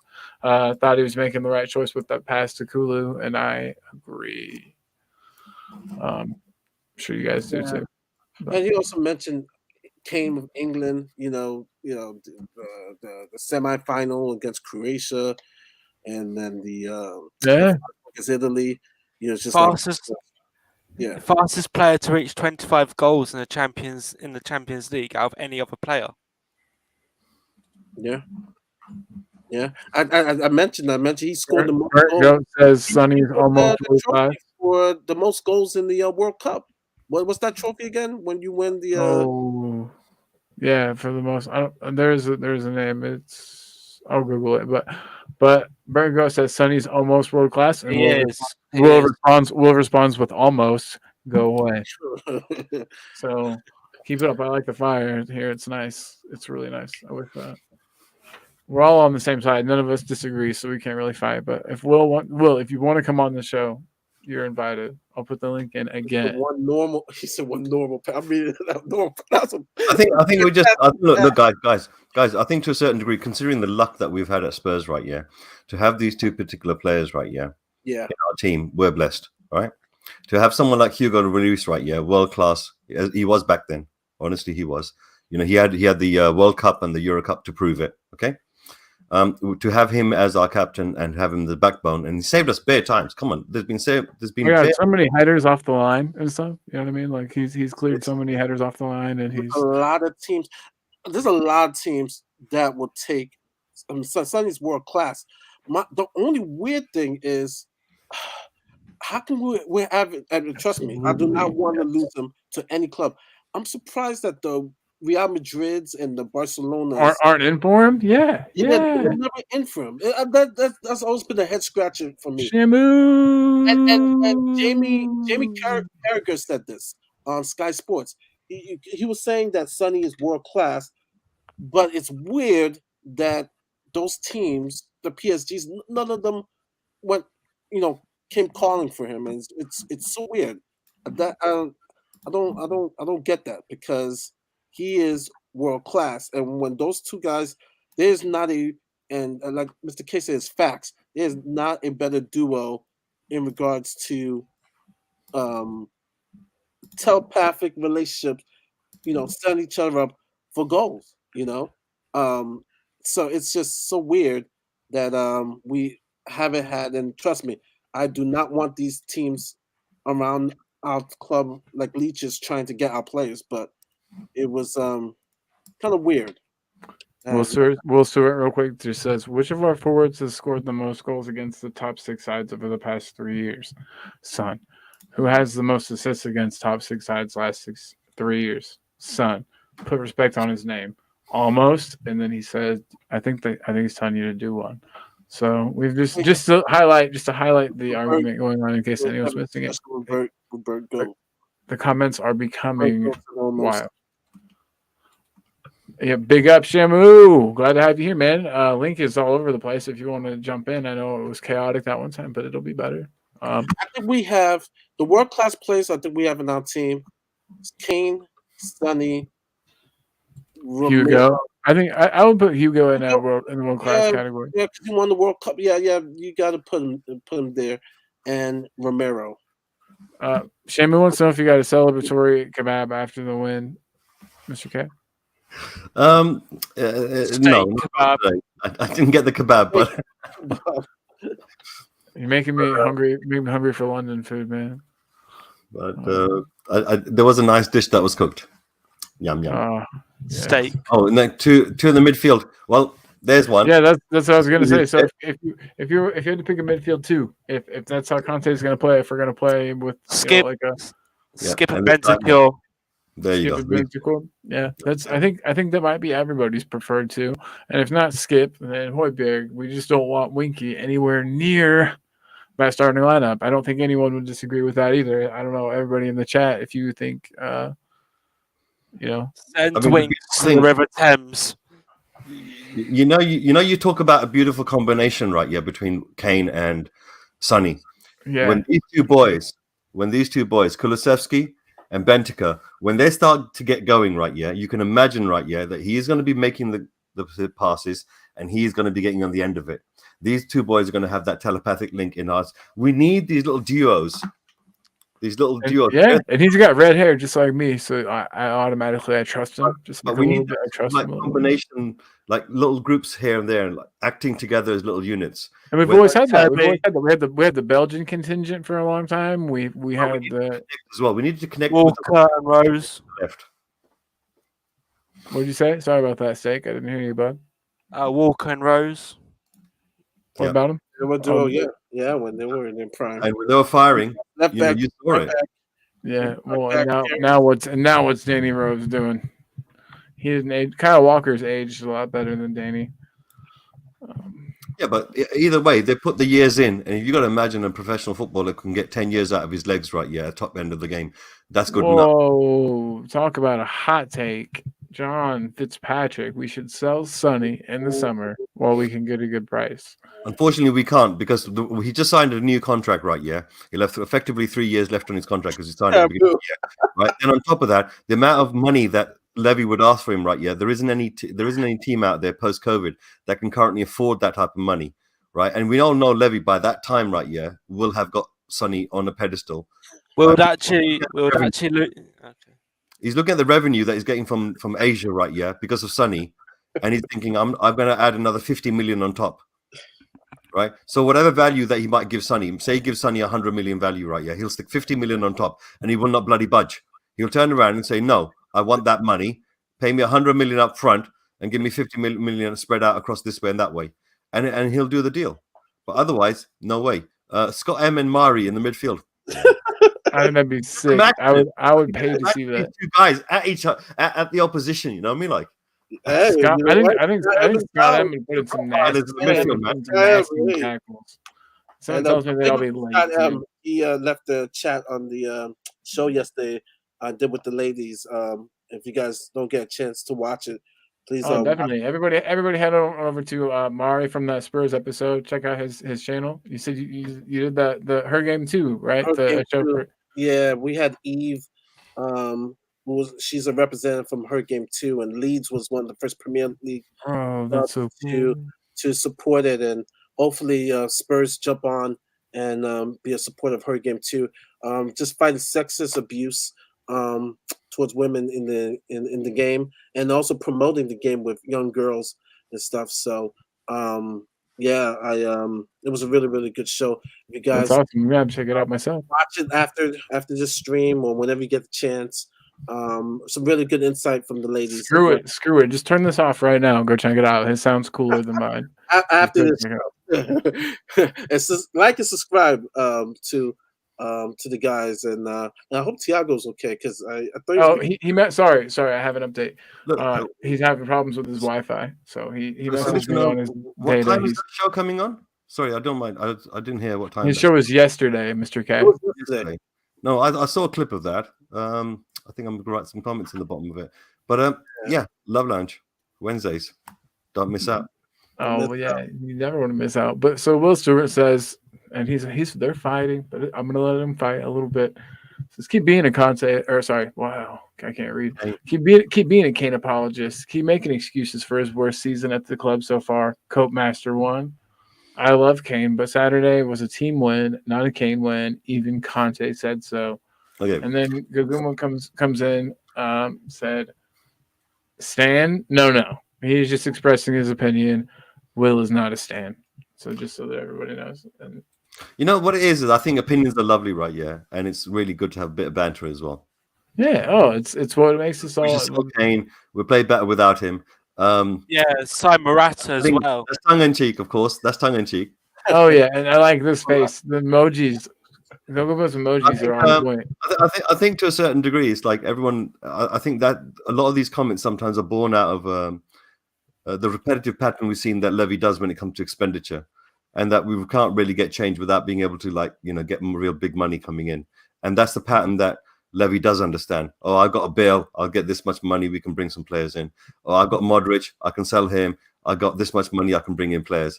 Otherwise, he gets found out because you can only get away with shitty deals here and there, like so much of the time, before people realize, hold on a second, you bought a whole bunch of players, they're all being absolutely crap. You spent 250 million on them, and you might just throw that in the bin now, because now it's going to be hard to get rid of their liability. Slowly, Paratici combination and Conte. You know what? I've seen images of Paratici on the sideline being a nutter. He apparently enjoys his football, but they do in Italy, though. I mean, not that way. I'm talking about being a nutter against other stuff. Action! I think it's, you know what it is? I frequent out towards some of the Asian YouTube channels, and they record all kinds of stuff which I'm interested in. There's some really good conversation going on in the chat. Will says, "So just sell Kane now because he's not going to sign a new deal. He'll leave on a free next year." So Son just signed a new 5-year deal. So who loves Spurs more? And I think that's a great point for everyone to kind of ponder. 5 years, I think it's 4 years. But never mind. It is what it is. A long-term deal either way. When you look at Sonny's age, he's basically saying, "Listen, I'm here for good. Unless somebody." But Kane's credit, though, he doesn't trust Levy because of the gentleman's agreement, and he wants to see Conte back. I mean, it must kill him that a Jesse Lingard has more trophies than him. Name somebody else who on England. Right. Luke Shaw. Yeah, I've heard rumors that there's some people in South Korea that want Sonny to leave to win trophies. I forgot who said that.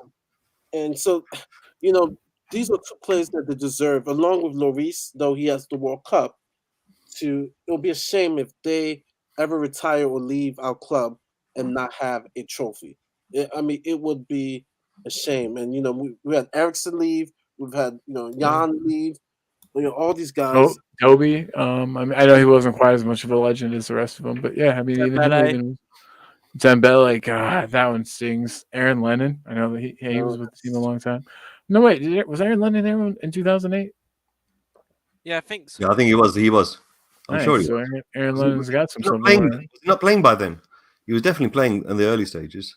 Yeah, Aaron Lennon. He had quite the career. He actually scored a sick goal over the weekend. Yeah, I don't know if you guys saw that goal that he scored over the weekend. Let me check it out.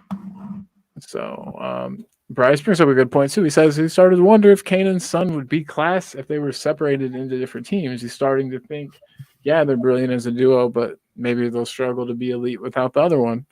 And we've kind of seen that a bit in our games when one plays and not the other. No, I think they played without each other, and they played pretty much the same way. So they're pretty much there's not as many willing runners. Son and Kane are both willing runners that are always going to make the run, and I think it's a predictable run that they practice, and so they can find each other without even looking up. Kane can turn around and make that pass looking at the ground, and it'll inch perfect. And so I think that's one thing. That's one thing about it. That question, you have to look at. Sonny was effective with Bayer Lucasen. And Bayer Lucasen plays a style that their wingers will score. That's where Liam Bailey come, Patrick Stick, who I want us to get, please, over the summer. So he would be successful with a team like that. Kane, like I just said, will be successful with Man City. I think both of them will still produce if they were playing with different teams, if they weren't playing with each other. So there is evidence of that. That's the reason why they got Sonny Bayer. Murray, there is a big issue right now, right? Yeah, look, the biggest issue right now when it comes to someone like Sonny and someone like Kane, right? Yeah, is that they played in this team for quite a long time, and more or less, this team has molded itself. If it wanted to succeed, win games, it had no choice but to mold itself around these two players. So the whole system is set up to play around, and when we come up against system which doesn't highlight their strengths, we end up drawing or losing that game. Either we get frustrated we can't win, or we get counterpunched, right? So the issue is that if these two players were to go into another team, then that team has never had a Kane and a Sonny in there, right? So they have to turn around and conform to. Now there has to be a compromise between the two systems, between the strengths of the player and the system currently is. So it doesn't stretch the players which are currently there out of position in terms of how they're playing, because there has to be a consistency in the team itself, whichever team you go to. In a Guardiola team, right? Kane would do a Lewandowski. He would just tap in. You know, I think to a certain degree, it's like that's what he would turn into, and people would not realize the type of amazing player he can be at number 10. Yeah, very true. I think as he ages, you might. I was reading comments as you might have just said. As he ages, I think he'll naturally move back a little bit. Big games, you know, when you talk about big games, right? Yeah, in big games, sometimes the players are all over the place, and you need your striker, the number 9 position, sometimes in a big game, to have drifted into the midfield, received a pass, passed it to a willing runner, and that runner goes and wins the game for you. You know, so you cannot underestimate the skill set that Harry Kane has got. He is one of those world-class players that can become good at whatever you give him to do, right? Except live with Levy. That seems to be the only thing he's not good at doing. Right. Don't check Levy by the hand. and don't have your brother be your agent. Sorry, I just had to throw that. I should have thrown that in there. Oh God, there he is. This is the man himself. Just to scare, maybe to scare you even more, just for 1 second. Listen, I'm getting a bit tired. Bob is It's Levy. What the heck? What just happened? Oh my God. Oh my God, Bob. Hey, buddy. Or a better way to hit midnight with you guys on the stream. Brilliant. Big love, lads. Man, big love goes to you, Bob. I'm so glad you get better. You're able to fucking talk to us now. Like, this is crazy. I'm not gonna lie, man. We were scared. We were worried about you, but we knew in the back of our heads you were gonna fight through it, and you did. Can't wait to see you, man. Just keep fighting. You got this, bro. Thanks for watching the stream too. I appreciate it. I'm tickled. I'm tickled to death. This is awesome, dude. I got to speak with him yesterday after the women's show, and it was a blessing to speak to him, and then to see him this morning on Tottenham on tour. What? I got to take that out. I had no idea. Yeah, he was on Tottenham on tour live, because yesterday we talked to him in the background, backstage after the show, but he was live today. He was live. Dude, what, Bob? No way. Oh, he was live. So go on Tottenham on tour after the show.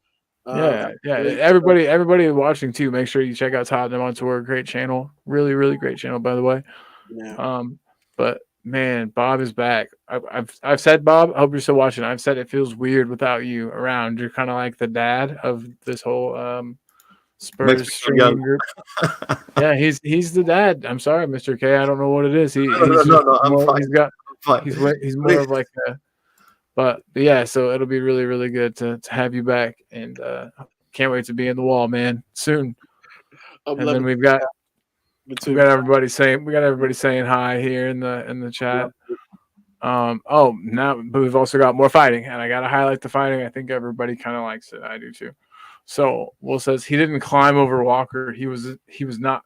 I think I say unmarked. Yeah, he was unmarked. Did you watch the match? And I think I would drop this mic if it didn't cost money. But I think that's one of the reasons why you want to have a centre forward there to do maneuvers like that on the right back, to intimidate them, to be able to lastminute.com get in front of them and then go for that ball aggressively and make the other person look really foolish in the wake. And that's what good centre forwards are very good at doing. You know, that chip into the ball absolutely on a sixpence for his head to go and bang. Oh my God, beautiful.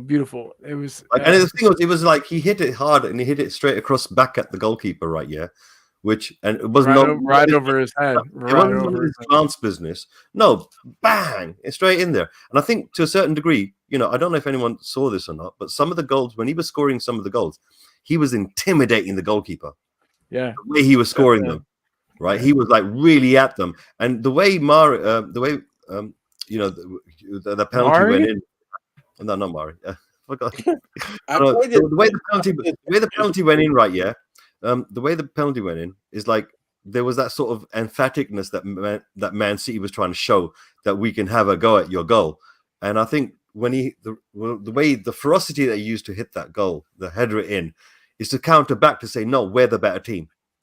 Yeah. We're the No, this there is was our a lot. game. There was a lot of emotion. I feel like built up into that header. You're right. And by the way, have we had a player that could cross the ball like Kuleveski in a really long time? Like he's awesome.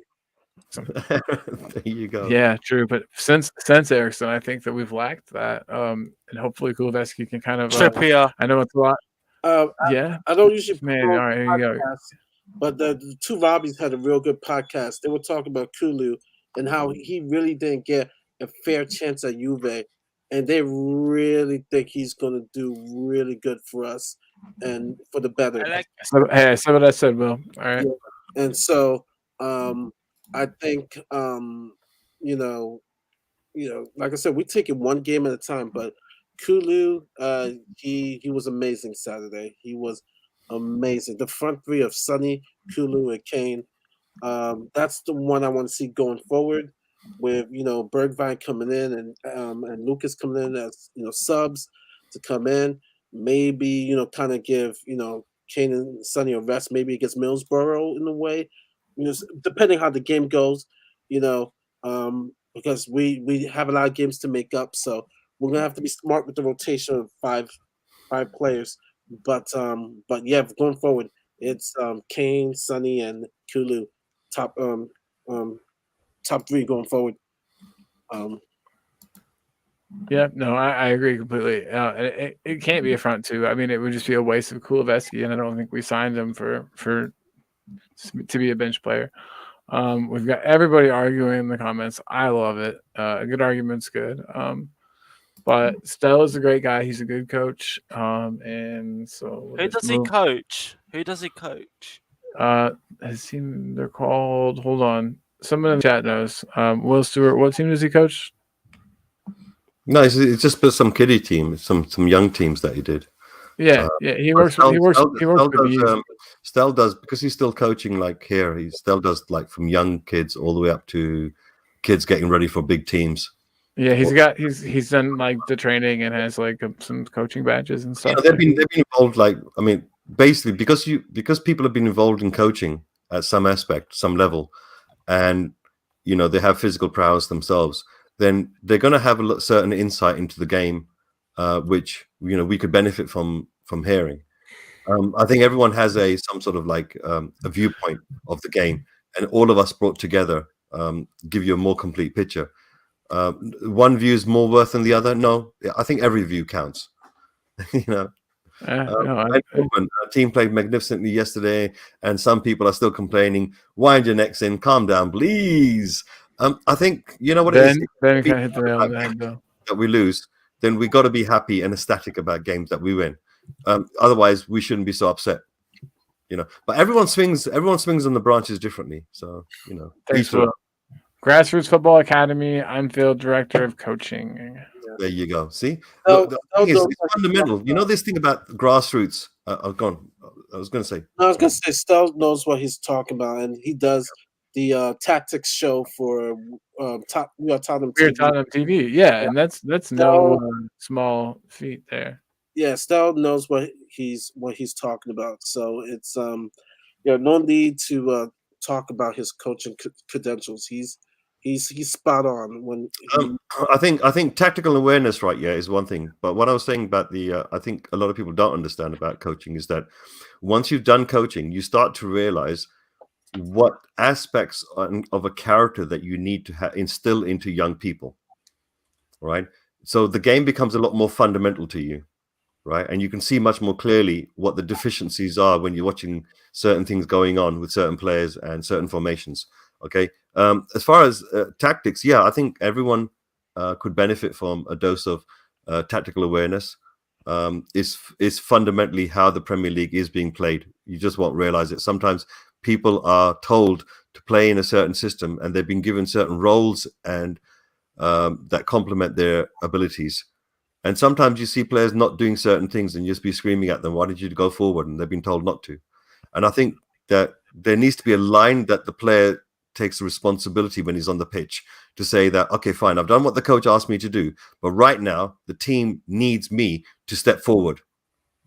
And I think when you start to get players doing that, right, you start to get teams and you start to get games like what we had on against Man City, where you got the discipline of the team to say, yes, I understand what I don't understand what the coach is telling me to, and been training me to do. But now he's also giving me the responsibility on the pitch that if I see something, I'm supposed to deal with it.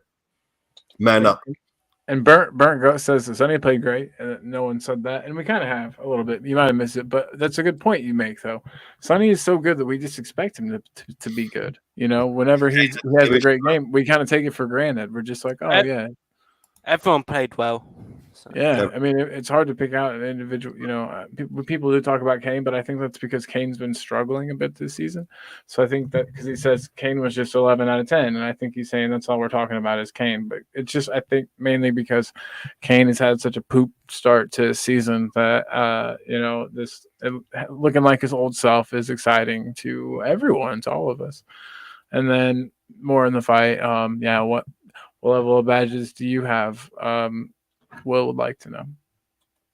Steak badges. Champions of the steak trophy. But yeah, so we'll probably start wrapping things up. I just wanted to. Will's gonna come on in 10 minutes. Don't wrap it up. Wait, Will's coming on in 10 minutes? Yeah, he just said. I'll be on in 10 minutes. Oh yes. Okay, never mind. We're not wrapping it up. I thought that's hilarious. Can you imagine the timing? Oh no. Where's Mr. K? Mr. K just left. I don't know where he went. He'll be back on. Yeah, we'll be all right. We'll be good. We can handle this. Will, can't wait to see you on, buddy. This is gonna be a good one. But yeah, so I don't know. I'm till 8 o'clock, so I have about. Burnley is one of our bogey teams, really. I mean, in my opinion, at least. It seems like they always get it. They always get it. No, they're not. No, they're not. When was the last time they won? I mean, not in the last couple of seasons. Tough. Exactly. It's been tough. We beat them. That Lucas Moura goal was 1-0. It's a fight. It's not like we smash them. Yeah, exactly. They're always up for it. They're always ready to scrap a little bit. It doesn't seem like our players are as like down for a fight. I know that sounds stupid, but like you got to go in there like ready to fight, and it seems like they do and we don't, and that it always takes us a second to kind of I guess get into the game and get in the right headspace. I wish we could just come out firing and not take that 10 minutes to feel the other team out. And I get it. I get why we do it. It's just kind of infuriating. Ben has 8 specialty coffee association badges, and it's okay. We didn't ask you because I'm still glad that I know. Koguma being awesome as always. Yes, everyone played well. Kane, fantastic. Sonny, wunderbar. Yeah, so I don't know. We got good people in the chat. We got the normal crew, I think. Bryce is still here, so that's good. It says Burnley play physical football, and our guys tend to go into their shell in those games, and I agree. What do we do? What do we do then, Bryce? Do we try to play as physically as possible back? Like, do we a lot of tactical fouls? Do we try to bypass the midfield completely with like long balls ourselves? Kuva, get on. Kuva, please. Hey, Kuva, please jump on. Let me hold on. Here we go. I have 50 badge. Here you guys go. He said, Will's home now.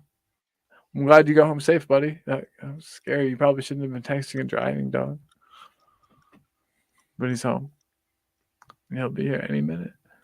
And he's getting the new player music. Yeah. But 100%. We need to play grubby and man up. I agree, but who's going to do it? I mean, I think Kane will. I think Dyer will. Romero. But some of our players are just a little bit soft. Hoiberg. Yeah, true. Okay, yeah. You're right. You're making a good point there, Hoiberg. I think Romero. all of our players can do it. Yeah, Romero. I said him. And then I don't know. I mean, I think Emerson would be down for a scrap. Yeah, he's a shit house. Yeah, definitely. Fall down whenever he's not really fouled, and it's whoa, wait, Aaron's here. Loving the show tonight. Watching from bed. He's smashed tired after the weekend. Hi, back to you, sir. Very good to have you here. And we have a special Big up, Ben. guest. Big up. Hey, new player. Hello. What's up? What's up, baby boy? Causing fights. I wasn't texting and driving, by the way. I was at the kids training, which is like 5 minutes away. So. Oh, okay. I was just giving you trouble. Yeah, it's all right. Yeah, but no, this is my point on Harry Kane, right? So I've heard this a lot, and it's really started to piss me off, right? Best Premier League performance in history by striker. Bullshit. That's straight up horseshit. There's no metric. No, but I mean, not only that, but that whole thing has been repeated. I mean, Burnt Goat's doing it in the chat.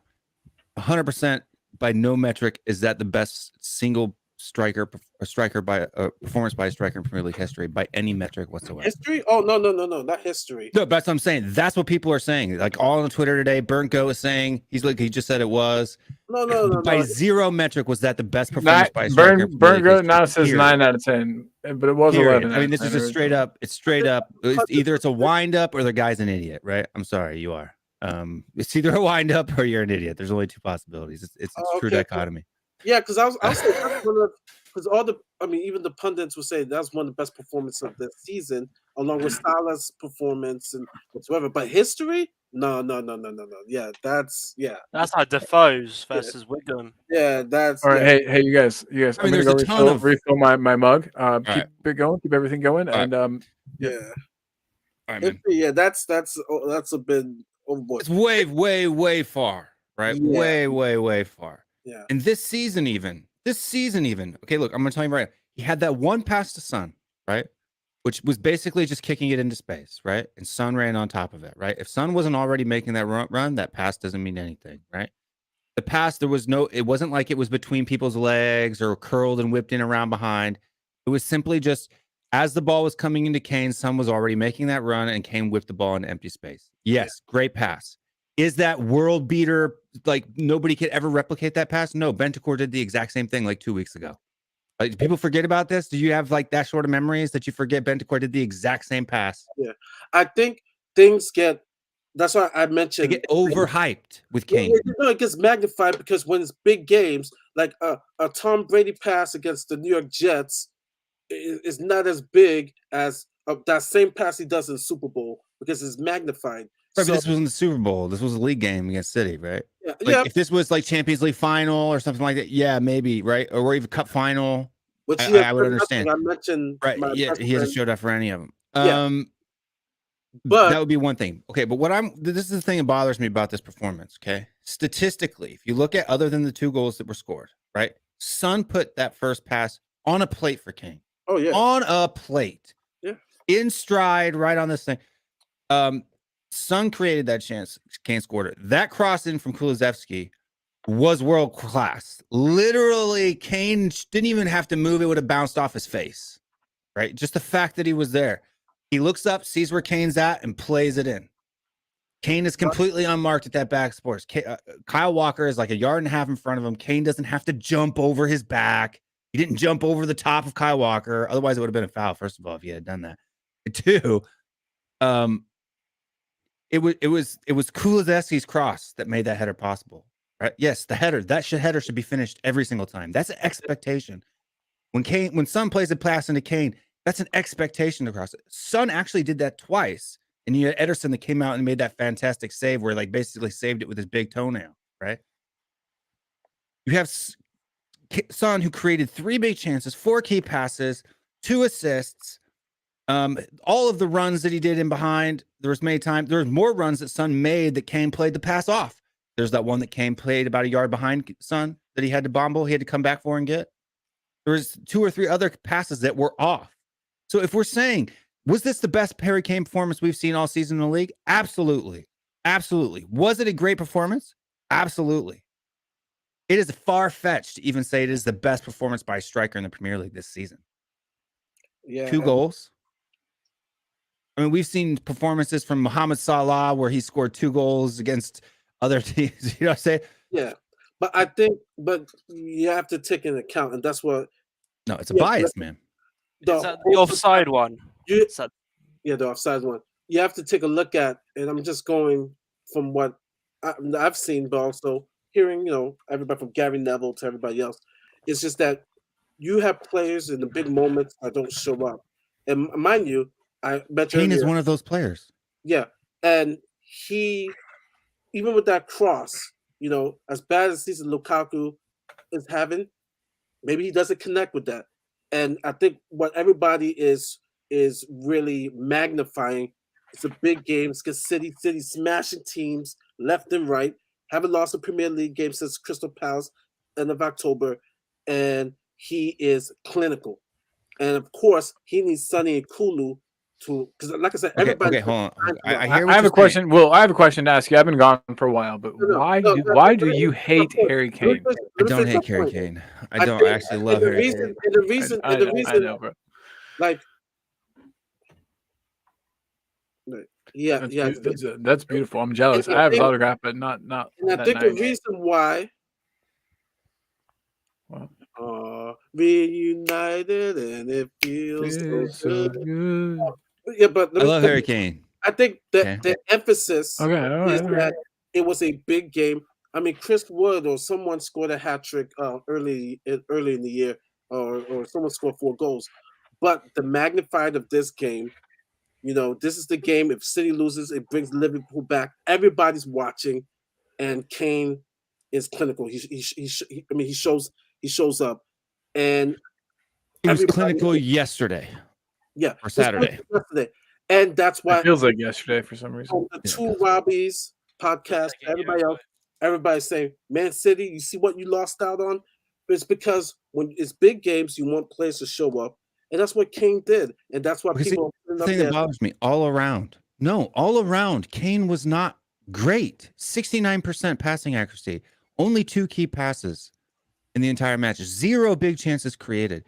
Kane, assisting wise, right, creativity wise, all around, has had far better performances.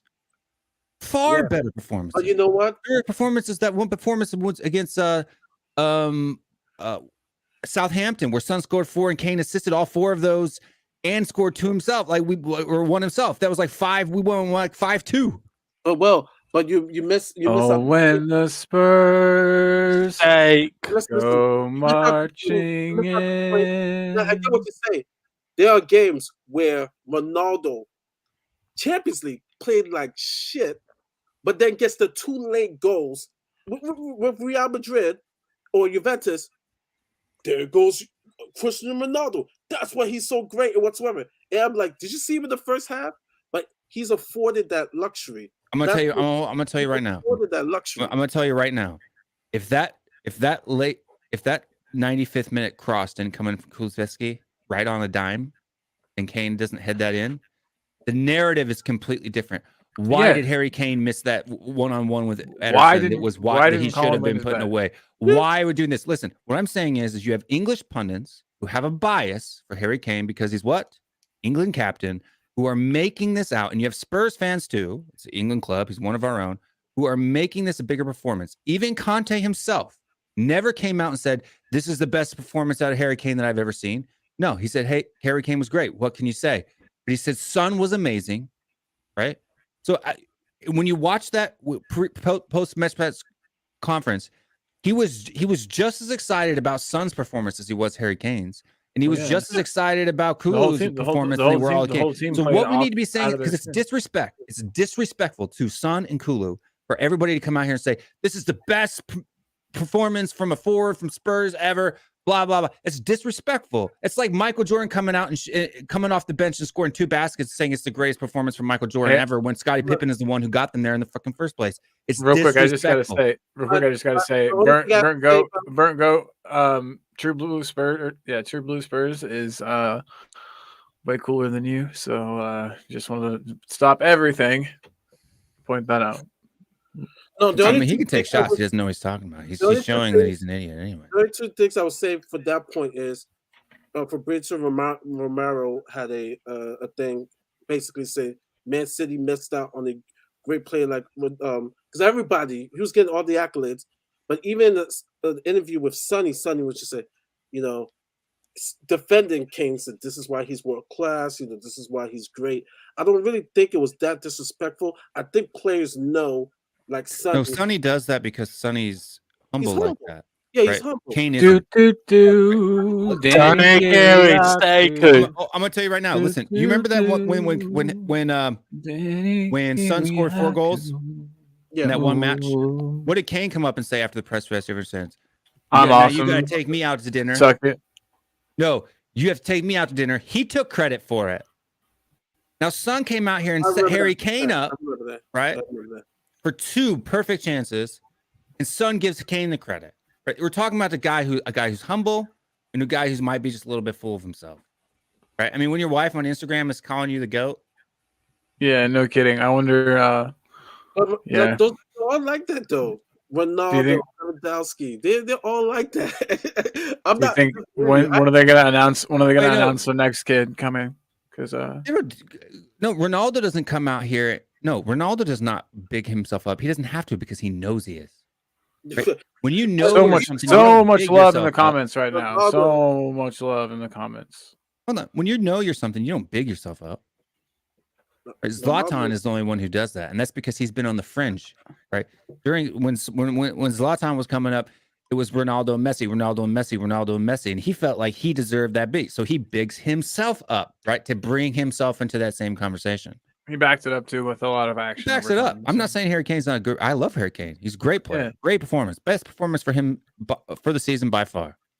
Best all-around performance. No, I thought his all-around performance against Brighton was far better. In the FA Cup. Yeah, no, I know which game you're speaking of. Yeah. I know of the game you speak. Who's coming on? Sorry, what? You said someone else was coming on. Oh, no. I don't think so. Oh. Yeah, but you have to understand in Korea, it's just the way their culture is. They are very humble types of people. For example, it's just a culture in Korea. They don't say my car, my house, my girlfriend. I mean, even they say our. Like the word they use in Korean is uri, and it means our, right? Uri jeep, uri cha. It's an our. It's very communal, right? To be a part of the team. That's really cool. That's why you see. That's why Son. But in fact, if you actually watch that interview, Son gives him a little jab, right? Like when the guy says, "You've now finally with this one, you've tied, Drogba and and what's his name for Lampard for 36 combinations in Premier League history." And Sonny kind of pokes Kane and said, "It took a while, didn't it?" Like it took a while because you've been off form, motherfucker. Burnt Goat has a message for you, Will. I don't have to be humble because I'm right. So you heard it here first. Talking ball. When you're right, you don't have to be humble. Look, there's no humility. I don't have to say, "Oh yeah, okay, Burnt Goat, I hear your point. Yeah, Harry Kane was the great." No, because that's not true, right? Being humble is not about not saying untruths, right?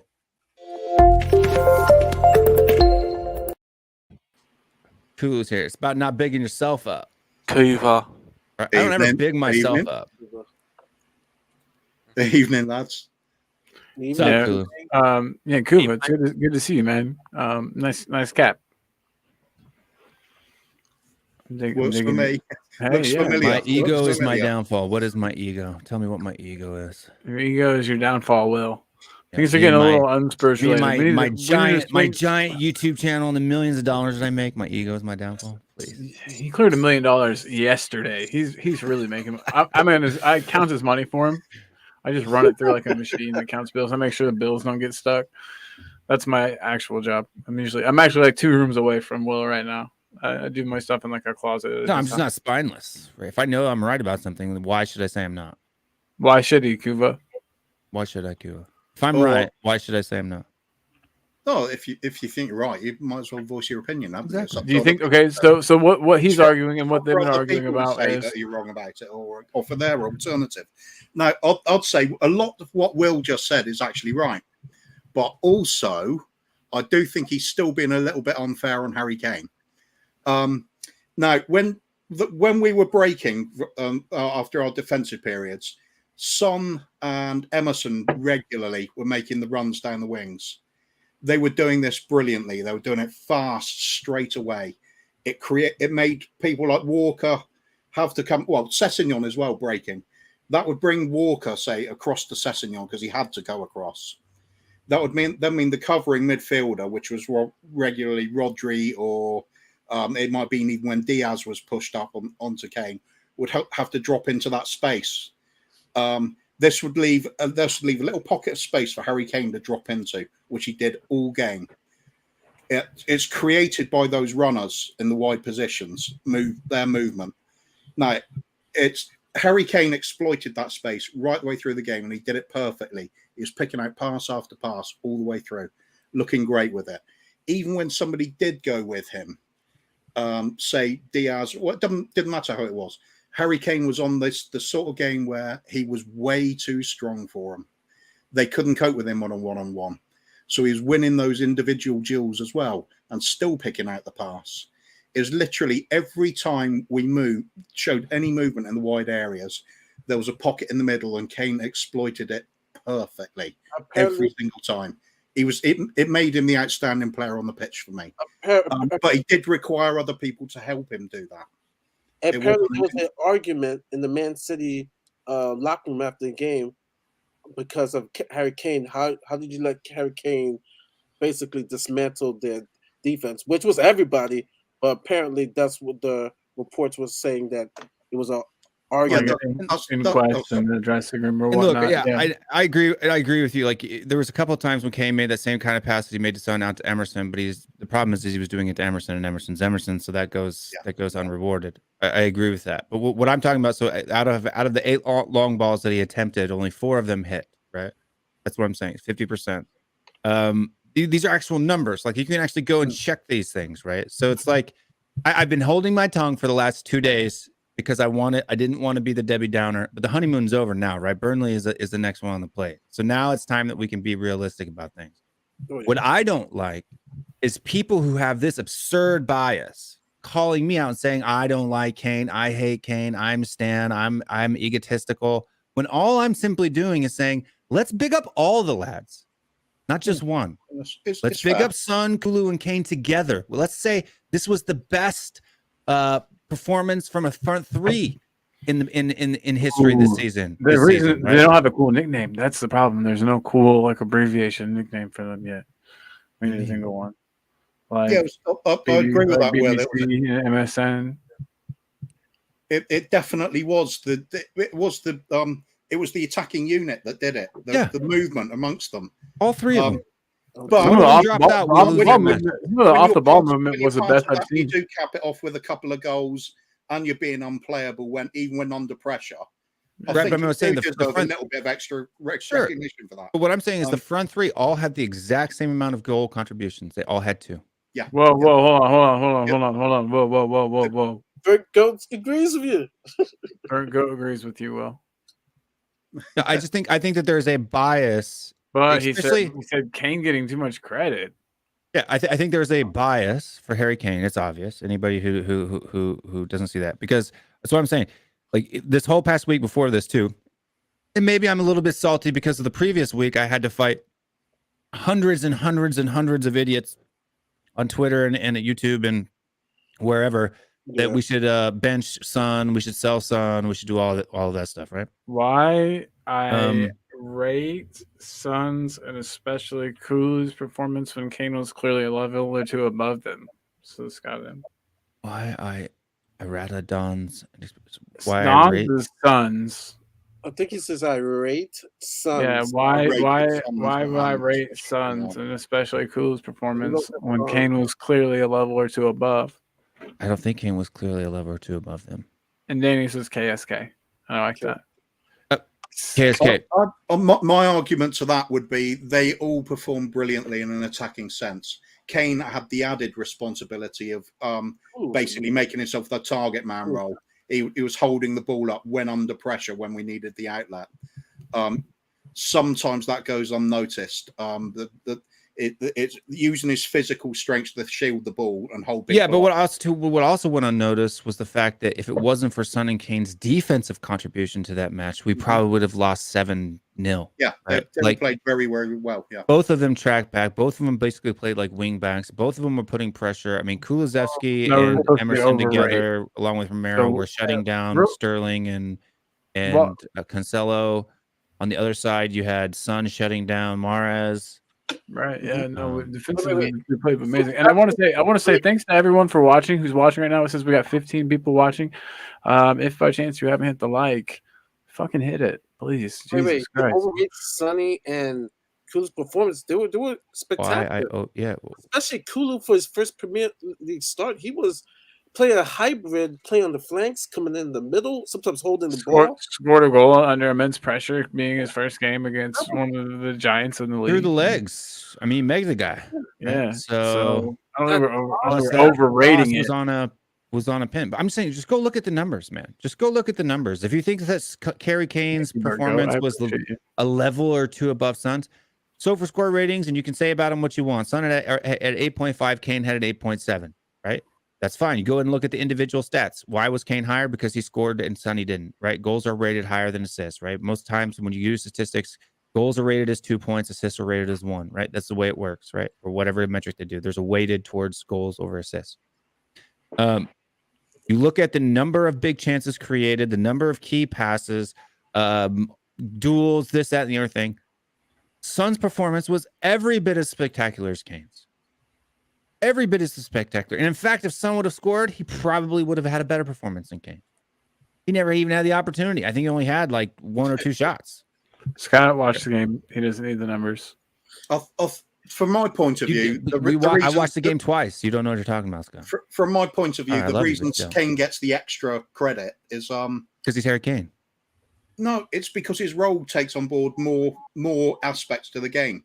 He's got to be that. He does. He shielder of the ball. He's got to be the target man, the outlet there. He did all of it. That's why they're saying it's that all-round centre forward performance. Kane, Sonny was excellent. There's no doubt about it. Kulusevski was also excellent. It was a great attacking unit, but Kane had that little bit of extra workload on there that was vital to everything.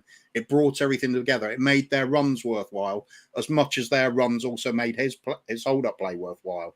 But I think you've got to give him a little bit of credit sometimes when he's done that sort of performance, because a lot of this season he hasn't managed it. That's why I think he's going overboard. Wait, what I'm saying is Son has been, I always do that. I say Sane and Kun all the time. Son has been consistent this entire season. In fact, it's his most consistent season. His per 90-minute numbers are higher than they've ever been. Higher than last season? That's higher than last season.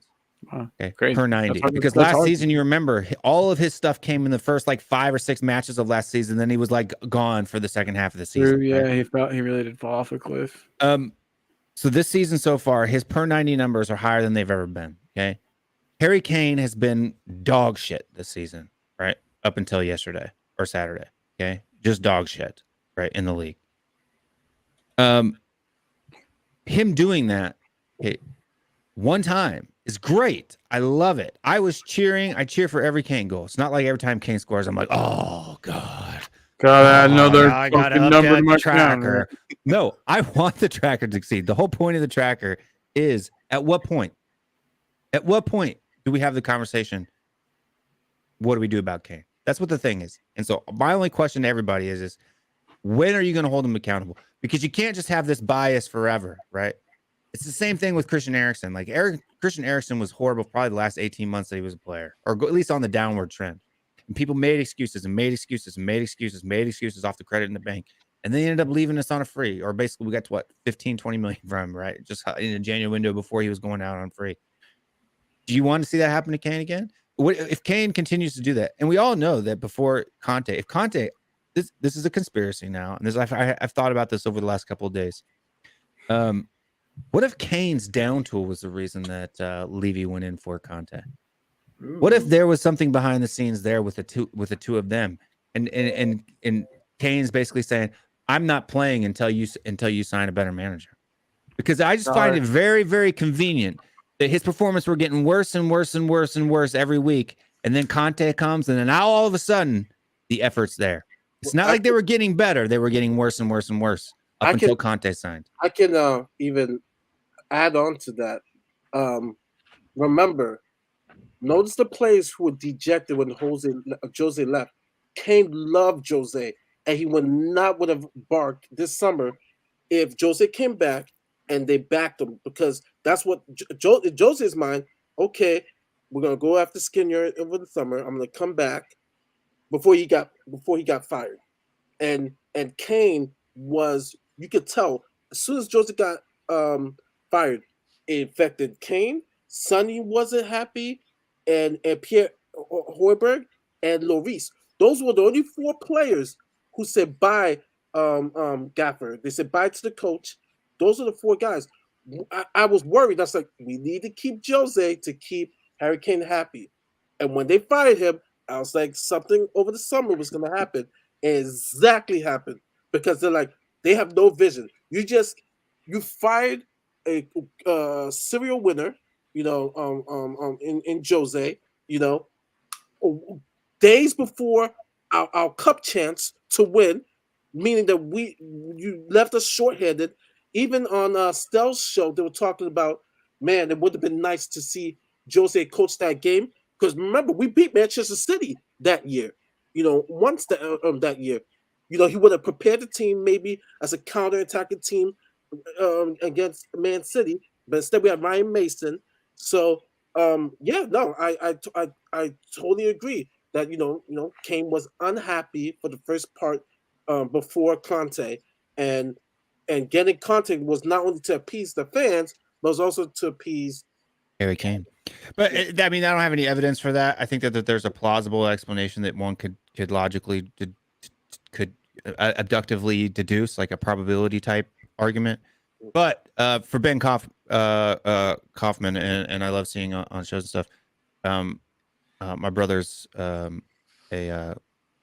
coffee roaster and barista as well. He's won shows in Seattle too. So I have a place in my heart for the coffee guys. But what I'm saying is this, okay?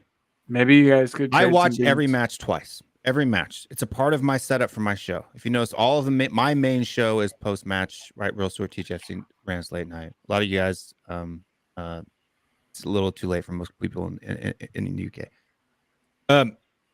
or in Europe. That's my main show. My preparation for that show is twofold. I watched the match the first time live. I enjoy it, right? Second time, I do what was called a game study. My son is coach. One of his coaches provided us with a PDF of a player sheet. And you go through and you watch players and you write down specific tasks. Boom, what did they do? How many times did they do this? How many times did they do that? How many times do this? And I watch that back, and I analyze the game that way using that checklist. Then I go and I look at the numbers for the match. So I go look at the player ratings, and I look at the player ratings for each individual person. I have 3 websites that I go to. I go to understat.com, SofaScore, and FBref. And I look at the matches for those particular things, because each of those different sites has different particular thing, and then the Premier League site too, but that's an easy one. Because but anyway, that's how I do it. So I rate it. And so I take what I saw of the first match, the emotional experience, which is what most fans have. 95% of the people don't watch a match twice, right? Then I take the watching it and writing down what I saw, eye test to what I saw. Then I go look at the numbers. And so now I have a complete picture. I have the complete picture. What I'm saying is the people who are overhyping Harry Kane's performance on Saturday, great performance, easily his best performance of the season, don't have the full picture. and their opinion of this being the greatest all-around performance by a striker this season in the Premier League or in history, which is absurd, by the way. That last one is just a played-up horseshit opinion.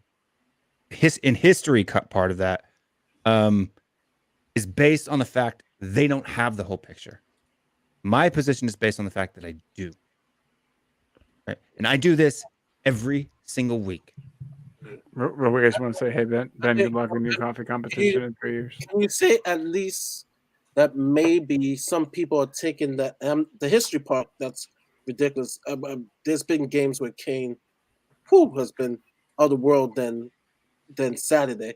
I think some people, they will also get the narrative for those who have played the game, who are pundits, who will say, wow, this was, because people saying Saturday was the best Premier League game, supplanting the Liverpool game. They will say that was one of the best games. And so when people see players play, I like to bring the counseling psychology part of it. You know, you have all the pundits saying, wow, this is one of the best performance by a striker this season because of the magnitude of the game and everything that surrounds it, that people have that narrative. And you can't fault people to kind of have that narrative. No, I can't fault. Yeah, it's irrational. That's what I'm saying. It's not rational to have that opinion. No, right? the game is emotional. It's like I said, but it's 2 days after. So that day, like that's why I said, did I come on even on my own show? Right, I didn't crap on Kane on my own show. Right, all I did was dealt with people like Burnt Goal who came on my show and said, you know, and started trying to cuss me out, saying that I said things that I never said. I didn't hit Kane on Twitter. I didn't attack any of that on Twitter. Right. Now, 3 days after the fact, all I'm saying is how about instead of saying this was Kane, this was a Harry Kane performance, why don't we say this was a Son Kulusevski and Kane performance? Okay, or Kane Son Kulusevski performance. Can I question one point you brought up earlier then, Will? Yeah. I mean, I love Will because the fact he does challenge opinions for a start. You need to do that. It's terrible in being in an echo chamber all day. So I agree. So what I was going to say was you made the point of saying one of Kane's goals from Son's cross. You know, it was a relatively easy, straightforward goal because it'd been picked out by Son. But in that case, can't you also say Son had a really easy job with that cross because it was from an overload and he had yards of space to do it? So why was Son's contribution more important than Kane's? What was Paratici doing on the field? I can't remember. One of them was from Davies. What was Paratici doing on the pitch is what I want to know. It says the Don, and we all know that's Paratici. So I just wanted this comment's confusing because it says people keep it's a typo. He's Son. He's doing. I know I'm being a dick. But anyway, this is just a weird. Like no one's gonna win this argument because there's a subjective aspect to it. It's not subjective though. That's what I'm saying. It's not subjective. People always say these things are subjective. They're not. Okay, your opinion of what you have, your opinion, the eye test. Okay. Well, then people are going to delude themselves into thinking whatever they want, regardless of the facts that you put in front of them. Sometimes is what I'm saying. When the player's roles is slightly different, how can it not be subjective? They're not playing an identical role, so surely you do have to weigh up one compared to the other, and that is subjective. Well, you can make what. Certainly some of the analytics can be subjective. For example, XG is a subjective analytic, right? It's not even a statistic, right? So that's saying that, you know, this particular chance was weighted this much because in most cases this would be great. But even then it's an abductively subjective, meaning that probability, right? It's based off of probability. So there are some statistics that are subjective, right? But like, for example, the number of completed passes, that's not subjective. That is objective, right? The number of key passes, that's not subjective. It's objective. It might have a subjective case, but it's really not because it's a pass simply that leads to a shot or a particular action that led to that could have been a goal contribution, right? Big chances are big chances created are passes that lead to high XG goal chances, right?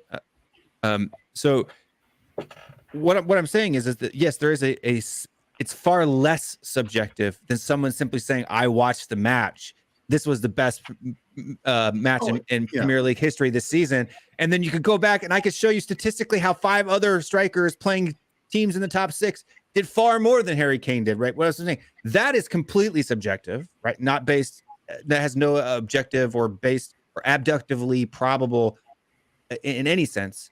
All I'm saying is, if you look at, depending on what you weigh things, if you're looking at all around performance, there wasn't a huge difference between Son and Kane.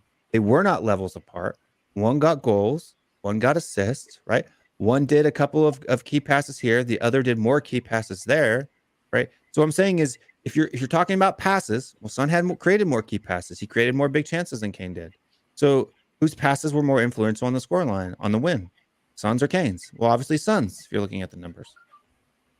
Right. Kane didn't have any. Shamu, I agree completely. I'm just saying that there's to say that somebody else's performance was levels and levels and levels above someone else's is just somebody's opinion. It's just an imaginary idea they have in their head. The statistics aren't imaginary. That's my only point. Well, what's wrong with that though?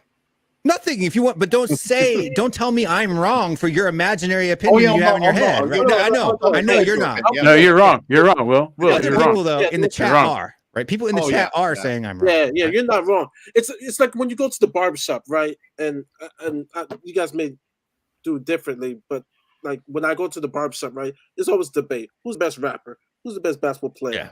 So when you go to the barbershop, everybody has a different, and well, you do a good job saying what audio artisan. So everybody has an old school joke. Different metric. I'm on the Premier League. I'm trying to find out who scored the most goals in a game, like who had the big games as striker. Because I'll use Chris Wood as an example. All right, he scored 4 goals maybe against Chelsea in a game, right? Let's just say he did that, and that's a big game for who did Chris Wood plays for now? Gosh, I just forgot. Newcastle. Newcastle. Okay, Newcastle. So that's a big game for them. But then again, Newcastle Chelsea's not the game of the week. You have to find it on some. Thanks, Danny. Peacock. You too. Peacock. And also, listen, you got to find it on the Peacock channel. Do you remember this joke, Will? But yeah. Tottenham, Manchester City. I do. It's the game. It's the game of the week. He's a player. And so my metrics is, okay, it's the big game, a huge game for both teams. Kane scores the brace. He had the contribution to that 1 goal, though it's really Sonny's assist. And so everybody, not everybody, but those who will say, well, that's my metrics. When someone shows up in the big game, that's a great game. That's better than what then Son's better. What Chris Wood did, 4 goals against Chelsea. It was right, better. But what I'm saying is Son has outscored Harry Kane in matches against the top 6, and he's assisted Harry Kane in matches against the top 6 over the last 3 seasons. So if you're saying who's Tottenham's big game player, it's Son, not Kane. No, technically you're right, because he's been missing. I mentioned earlier, both of them has been missing in finals and semifinals. I got into an argument with my best friend about that. But yes, Sonny has come through. He scored the goal against Manchester City in the game that it's the first time Harry Kane scored against Manchester City in the Pep Guardiola era. Sonny owns first time ever. Sonny owns Manchester City. He scored in the Champions League semifinals twice against quarter. Quarterfinals. And so it all comes really comes in the moment, and people are going to have different standards or different metrics. And that's why I have to say for this season, along with the Mo Salah game, he had a great game, and I'm trying to think of somebody else who had a great performance. In the moment, Kane had a great. That's why everybody's bigging him up. That's why everybody's overemphasized, because it was a big game. Kane, and yes, Kudu hooked him up, Sonny hooked him up, but you know how it goes in all sports. The man with the label is always going to get all the right. But it's a lot of people who think that Michael Jordan's the greatest NBA player of all time, right? By what metric? Like, I don't know if people are familiar with Universe Galaxy. He's got this whole channel about Michael Jordan fans are the worst NBA fans. I'm starting to think that Harry Kane fans are the worst EPL fans, because we need to get him on the show. By what metric? Stats wise, LeBron is the GOAT, but most people will tell you, even ESPN today, Michael Jordan's number one on the list. He's the GOAT because he never lost a final. They go by that metric. So everybody has a different metric. Right. So it's like by what metric? And that's why I always ask people by what metric, so they can define their metric. But if you don't define in history, that's great. Yeah. Kane is playing striker, Sonny's playing winger, and Sonny didn't even start have half the minutes Harry Kane did in the first 3 years of his career. He really wants you to see this. He's put it 3 or 4 times. Here's a really weird one. Both of those players mentioned. I would never disagree with you that Harry Kane has scored more goals for Tottenham Hotspur than Son. That's both those basketball players mentioned. Grab me a coffee too, please. Sorry. Goguma said she was getting coffee. I said, go give me one too, please. Steak is better. Here's a weird one about the basketball players mentioned. I've heard both the names. I've known about the name Michael Jordan for a lot of years. Oh yeah. But as an Englishman, I couldn't tell you what either of them looked like. Yeah, I couldn't care. I can tell you what they both look like, but that's what I'm saying, and I can tell you what Harry Kane and Son Heung-min look like. And all I'm saying is that like people just don't give something. Do you realize that in the Premier League era, Son Heung-min is the second highest goal scorer in history in the Premier League era for Tottenham Hotspur? There is a Spurs player fan base that is so much worse than Kane fans. Who is this guy? Tell the tale. I posed that question on fans. Son has not been the same since he came back from his injury. Kane has found form. Well, maybe you might have. It's not true. And then Burn Goat says he's better by far. It's not true that he hasn't been the same. He scored more goals than Harry Kane has since he's come back from injury, or as many goals. He's had more goal contributions than Kane has since he's come back. LeBron isn't even close to MJ. Too much debate shows for you guys. Burn Goat. Who are you burning? Hey, I ever asked who are you burning the goat for? Well, I have a question for you.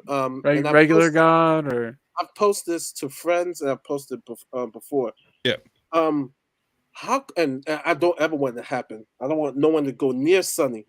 But how come Sonny and I've heard coaches say he's world class. How come the Real Madrids of the world and even the Man Cities and Man Uniteds have never tried to take Sonny away from us? I'm sure they probably have. I'm sure they've sniffed around, and my guess is that it just doesn't make the media because the British media doesn't care, right? If you want me to be honest, I think it's brown man syndrome. I really do. Wow. Okay. No, it's a good explanation. Yeah. Okay, because I find it so weird that and I think one of the guys, maybe it was Neville that said that. It's like Sonny's world class. Why is not United after him? Jurgen Klopp said they've been into him. Apparently, they've put in offers for him a couple of times. I'm sure other people are into too.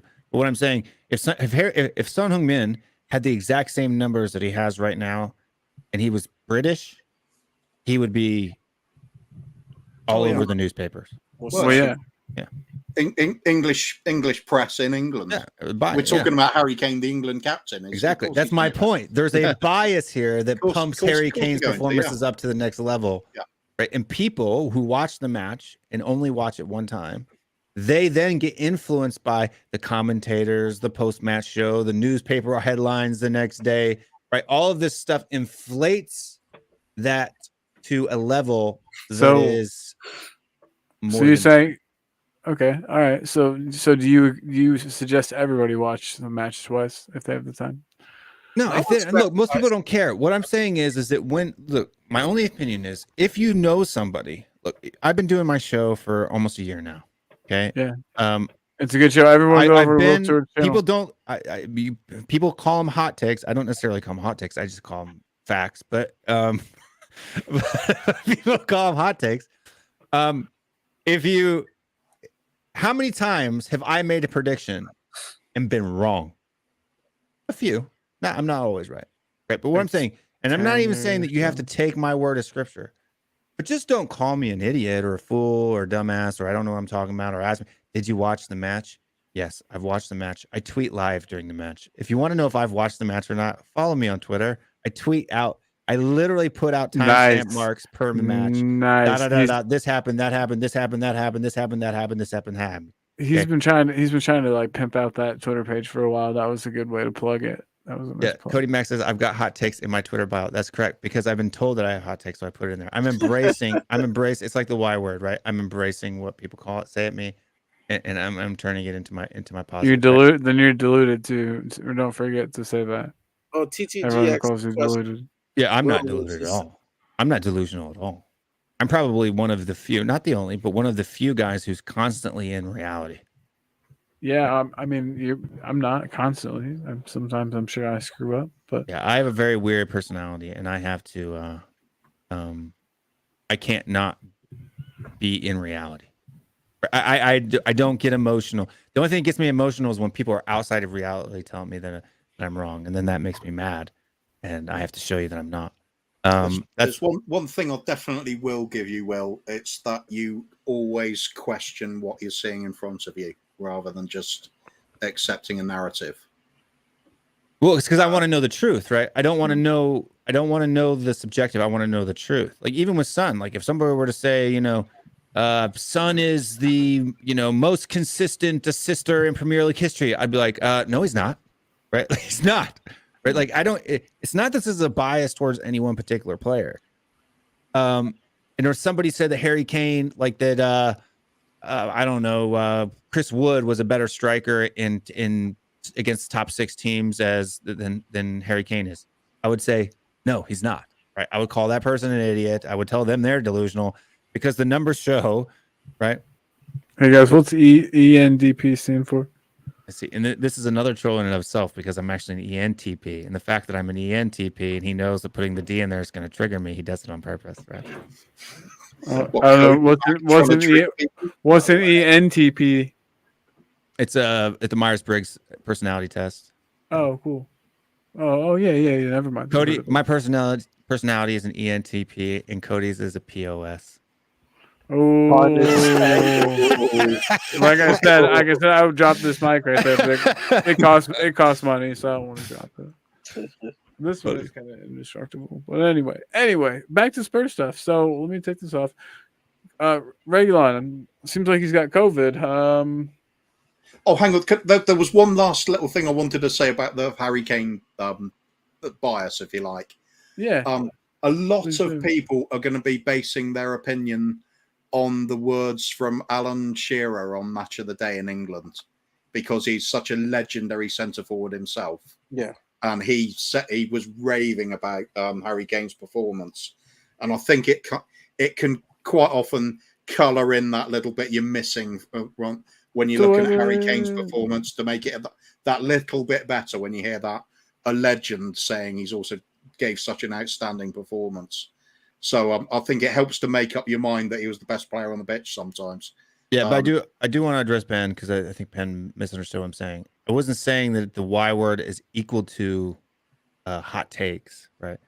I was saying in the same way that Spurs fans had embraced a bad word, right? In order to reclaim it, I am reclaiming the fact that I'm being calling negative, delusional, hot takes, all that stuff, right? And there's been many things that have. I'm not trying to. I get what you're saying. Yeah. That's not what I meant, Ben.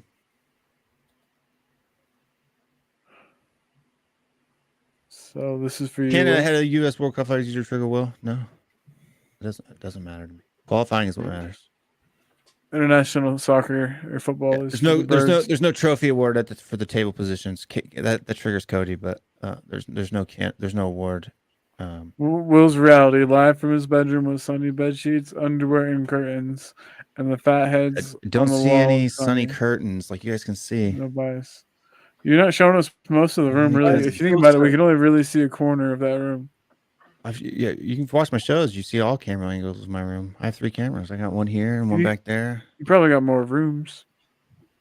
I do, yeah, in the house. Yeah, I don't have Sony's bed sheets, so I don't even have Sony underwears. I do have Spurs socks, so not Sunny socks. I have Spurs socks too. I'm gonna get some Sunny bed sheets made. Okay, so Regulon has COVID. Sunny on my desk here, and I got Kane on my desk here. Will Stewart is definitely a future stalker of Son Heung-min. Yeah, now he's just trying to wind me up. I know, let's let him. That's all good. Yeah, I've been called a Yank too, which I think that's got a similar thing to the Y word. You may get offended by that, but it's true. We're derogatorily called Yanks, disrespected because of being from America, and the U.S. men's national team reclaimed that word for themselves.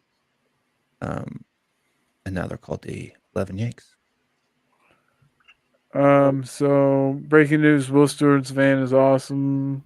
We don't even have a van. Burnt goats. Step it up. Your disses are terrible. Okay, guys. So I wanted to answer Danny's question. Bagging on any Spurs player unreasonably makes me mad. Not just Son. Right? It's just that Son gets it done to him the most. Like Son is the most disrespected Spurs player there is. Well, he's really disrespected in the Premier League in general. I feel like he's disrespected. Yeah. Cody Mack gets called an American all the time. That's very offensive for him.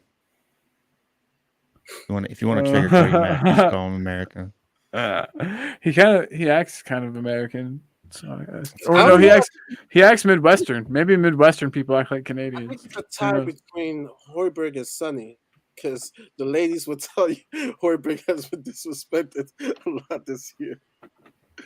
But okay, seriously though, do you guys put Sess in? You keep Sess in that position, or do you move Ben Davis over to the left?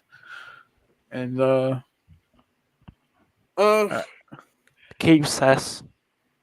Keep Sess. Don't move. Don't play Ben Davis as the left wing back. We have the players to have the 3-man center. It's a different game because they're gonna play on the low block Burnley, and so we're gonna have to. I said the word. We're gonna have to be like surgeons, basically trying to break down Burnley. It's like I said earlier. It's gonna be a fight. It's gonna be a battle. I can see this game being 1-0, 2-0 at the most. Really, keep the same lineup because, like I said, I don't think Reggie is going to come back for Wednesday.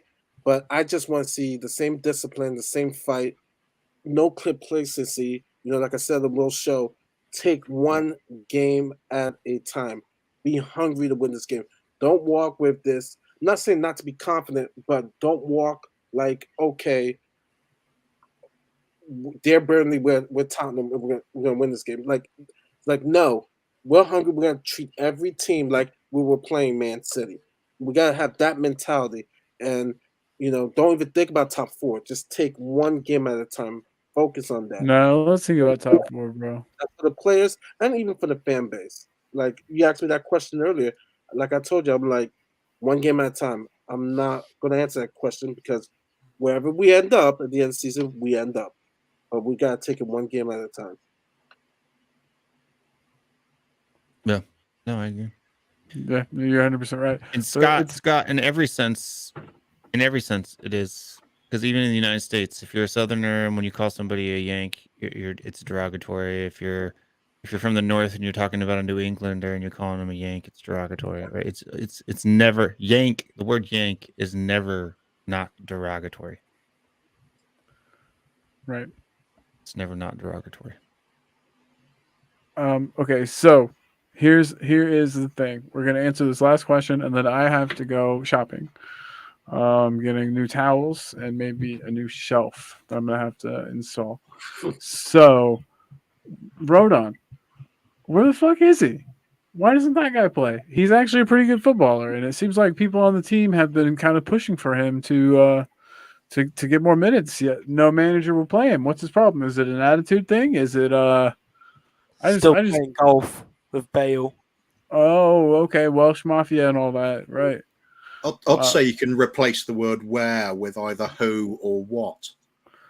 Yeah, I mean, his brother and I talk on Twitter sometimes. On Twitter sometimes, but not about anything important. But I just wanted to throw that out there. I know I'm on Twitter. But yeah, like I just don't understand why he can't even really. He doesn't even make the bench, does he? How can so many managers not want him in the team? There's got to be something fundamentally wrong there. He's got to be failing to show something on the training pitch. It's the only thing that makes sense. Yeah, but it's so weird because supposedly, somebody, I think it might have been, I think it might have been when I was watching Cheese Room, but don't quote me on that. But somebody said that after the match, the subs and the unused subs do extra, like they go through like a session, a training session, to get like the amount of work that you would as if you had played. And they said that he always bosses it for that and is killing it and working really hard. So I don't know. It must there's got to be something. I'm intrigued to know like what you is he just not good enough? That could definitely a possibility.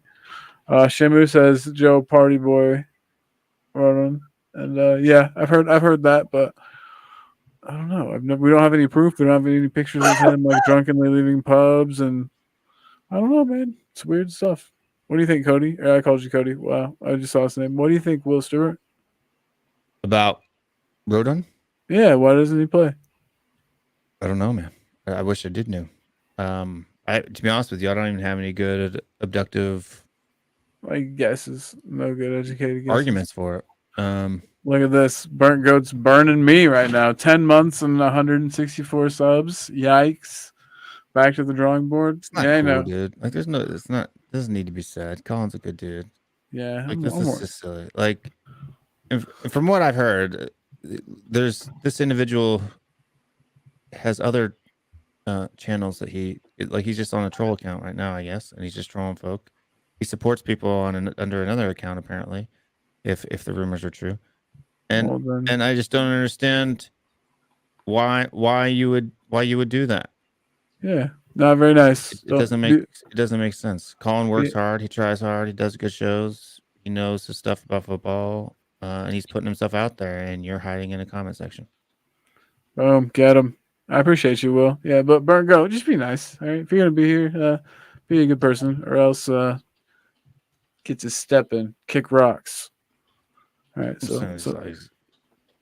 it's not like stuff like that's not funny, right?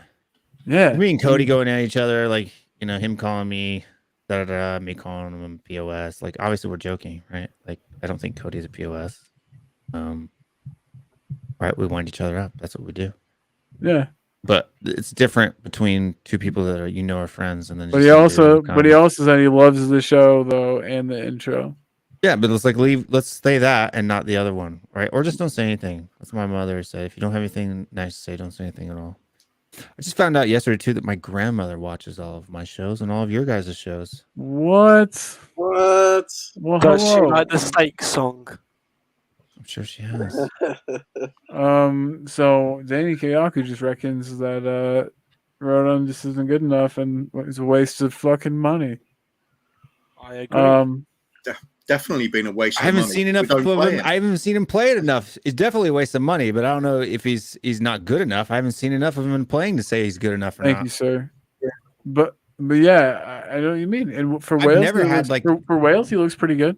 Well, even when he's played for us, I can't remember a performance where like he may have made a little small mistake here and there, but look, if you're looking at the overall performance, I can never remember a time where I gave him. He's never made a Sanchez level mistake either. Yeah. I've never given him, I don't think, in a player rating anything lower than a 5 or 6. Hey, you're gonna like this. That's right. Praiser of Sun. That's right. That's right. Oh, this is so nice. People are so nice in the chat. Big love to everybody. To everybody watching, big love. Thanks for watching. Yeah, so it's almost time for me to go shopping. Let's go around and everyone plug your shows. There's 12 people watching.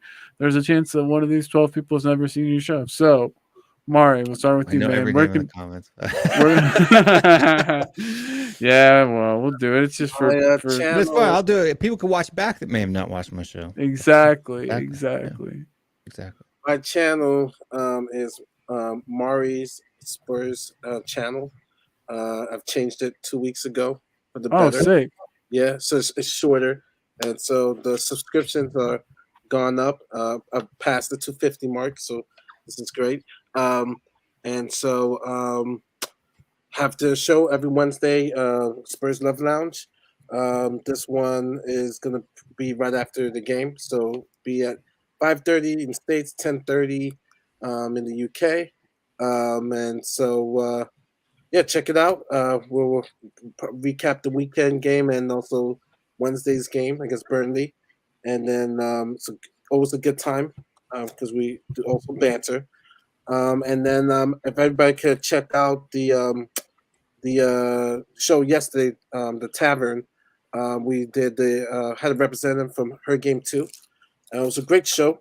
Could have gone for hours because I didn't even get to the debate, and probably need to do a future show because I love talking about these things, and probably get Will on to talk about the debate between the U.S. national women's team and the men's team in regards to I don't know if you want me on that show. about the pay and stuff, but no, but I want like all opinions and stuff like that because You don't want me on that show. You don't want me on that show. There's a lot of angles. Not because I'm personally sexist at all, but because, like I said, I'm very detailed, right? And so Yeah. I will be very honest. Bring out the numbers. The numbers, Actually, right? Yeah, Mark. actually had the numbers too. That was going to be because like I said, I like to take every look at the whole picture because it's very easy to say. Scott showing you some love, Mar. Oh yeah, he Yeah, left it's a good show. a multiple comment. But yesterday was really a good show, and so definitely check it out.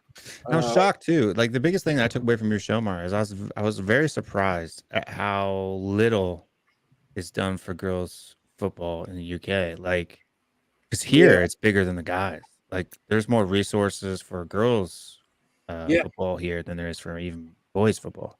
Yeah, very true. And that's not even including, and that's not even including the people who can't afford to play football. And we brought that up a bit.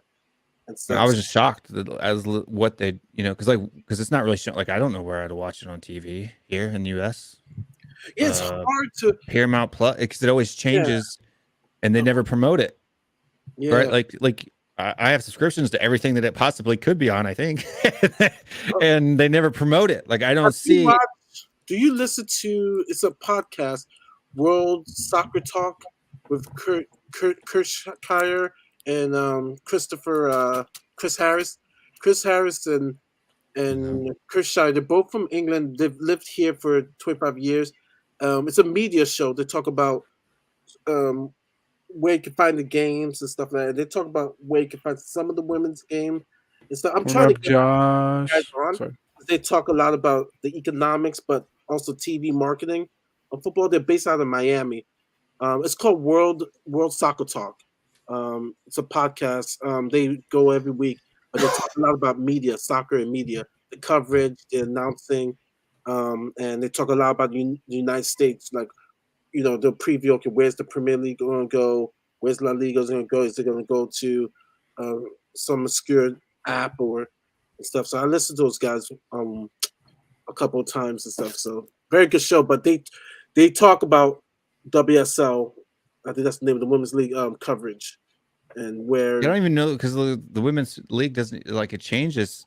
So it's changed 3 or 4 times over the last 5 or 6 years. Like, you can't do that though. Like, there's a problem with some branding and some exposure here on the women's side of the game that I think could be worked. But so watching women's professional soccer here in the United States, the U.S. women's national team is easy to watch, right? Those are always announced.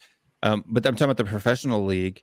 hard. I couldn't even tell you, like, I know that people have teams. I know there are teams, but I don't know where I can watch them regularly or when they're on. I don't see advertisements for them. I have sometimes go to the games to watch them, and we had Alex Morgan. We just lost to San Diego, but we had her at the Orlando Pride female team, and so I had to go to the games to see her because, like you said, it's very hard to find the TV coverage. I like watching women's football. I like the 2019 World Cup. I watched pretty much every match I can remember. I watched that quite a bit. I like now I'm not going to be one of those guys who says it's equal to the men's game because it's not. The speed is far slower than men's football, but it's still fun. It's still football, and I enjoy football, so I enjoy watching it, and it's the highest level for women. So and I do that. But yeah, my opinions will piss some off, and on both sides. When do you not piss people off? I mean that with love. I mean That that I with piss people all off the on love. both sides all the time. But that's what happens when you're brutally honest. Like you don't care about. I thought you were gonna The say you're feels. beautiful, and I was Like I gonna don't say, care about wow, people's dude. feelings about Harry Kane. Like if you have an emotional attachment to Harry Kane, great, cool. I don't care. But We got a geezer. We got a proper London geezer in here. yeah, and you got to put up Cody's intro, which is kind of basically what I get. The intro I gave him on my show last week. He's Fantastic. Josh. He likes Tottenham, and he's a guy. Well, Like guys, Tottenham guy. Bring on the subject of. Mari, Josh is everybody, on that. everybody, make sure you check out the show that Mari did. It really, I haven't seen it. I'm gonna check it out myself. It sounds really cool, and a lot of work was put into it. Definitely check it out. Beardly honest. That's me. It's Mr. Steak. What about you, man? Where? Oh wait, and Mari, you didn't say your Twitter. You didn't say your Twitter. Oh, same thing. Mari's First Channel. I changed the name on there too, so it's Dang, homie, you got it all set up. All right, well, Mr. Steak, are you just whoring out? Are you just on channels for now, or do you have a channel yet? I don't have a channel. I just go on other people's channel and just talk my opinion there. So Where do you tweet? Are you on Twitter? You trying to get followed on Twitter by all of us? We'll follow you. no, I don't have any of the Oh, man. socials. Well, hopefully we'll see you again here soon, man. I do this every single Monday and Thursday. Thursday is Tiago's show, and it's a lot more structured, so it's not as goofy. But definitely 10 p.m. UK time, Monday and Thursday. Come check us out. But yeah, so what about you, Mr. Stewart? I think I'm gonna cough. Yeah, Worked out COVID. well. Do you have COVID? No.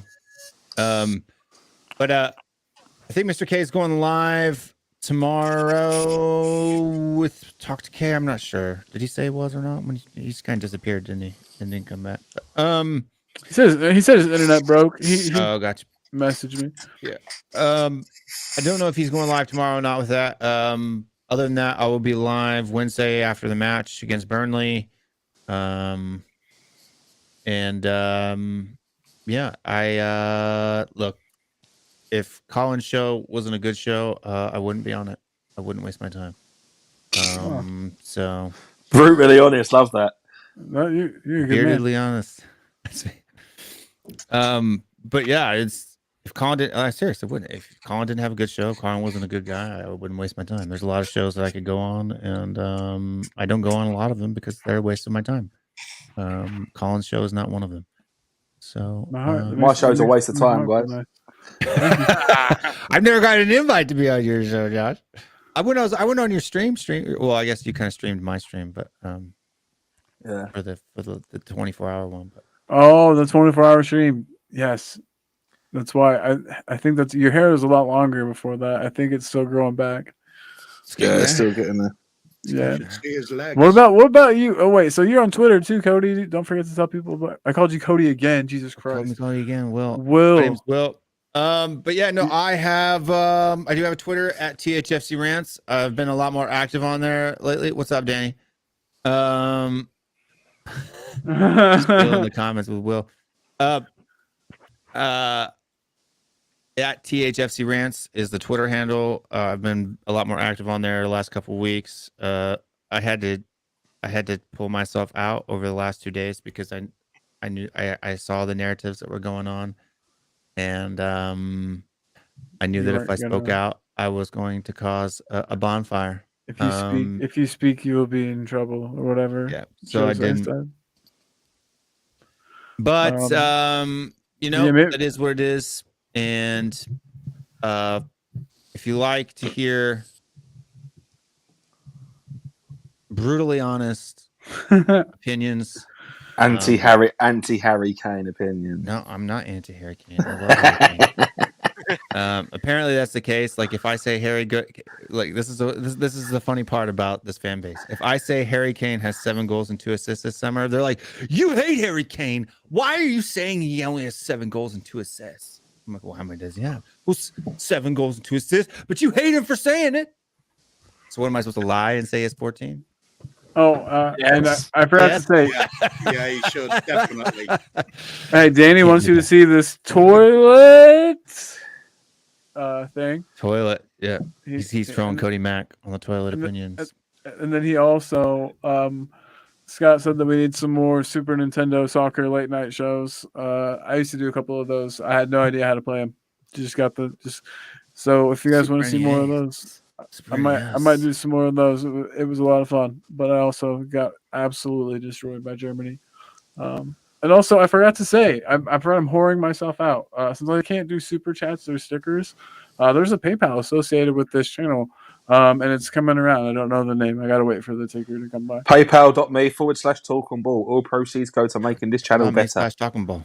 Boom! See, you got it. Josh has even got it. So yeah, because I do the same thing on my channel, man. Yeah, if anyone wants to drop me some, I probably stole the idea from you.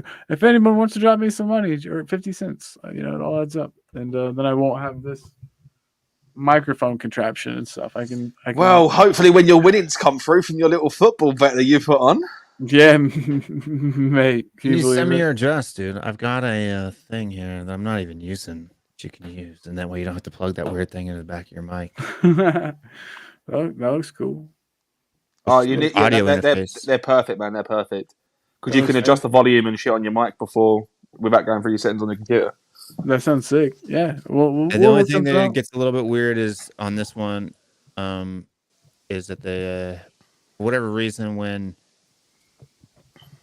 like the headphones are connected to certain things, it has a little bit of a weird thing, but you can fix it out. There's some ways you can tweak it. You just have to watch a couple of YouTube videos on it. But yeah, it's my old audio interface. I'll send it to you. That'd be awesome, man. We'll work something out. That sounds great. I'm super appreciative. Yeah, I will do that. JTTG, what about you, man? What do you? Don't even come to me, man. I've not even had an input this show. Don't even come to me. Go to Kuva, man. Go to Kuva. I just want to know. I just want people to know where they can find you and where they can see more of your beautiful face. Where are you? Maybe let's be having you. JTTG1882 over on Twitter, same on Instagram, Josh the Tottenham guy on YouTube. Yeah, that's pretty much it. Doing any more singing? Am I doing any more singing, bro? I'd love to, but right now I'm trying to get the money together to fund a fucking replacement fan for my laptop because it died.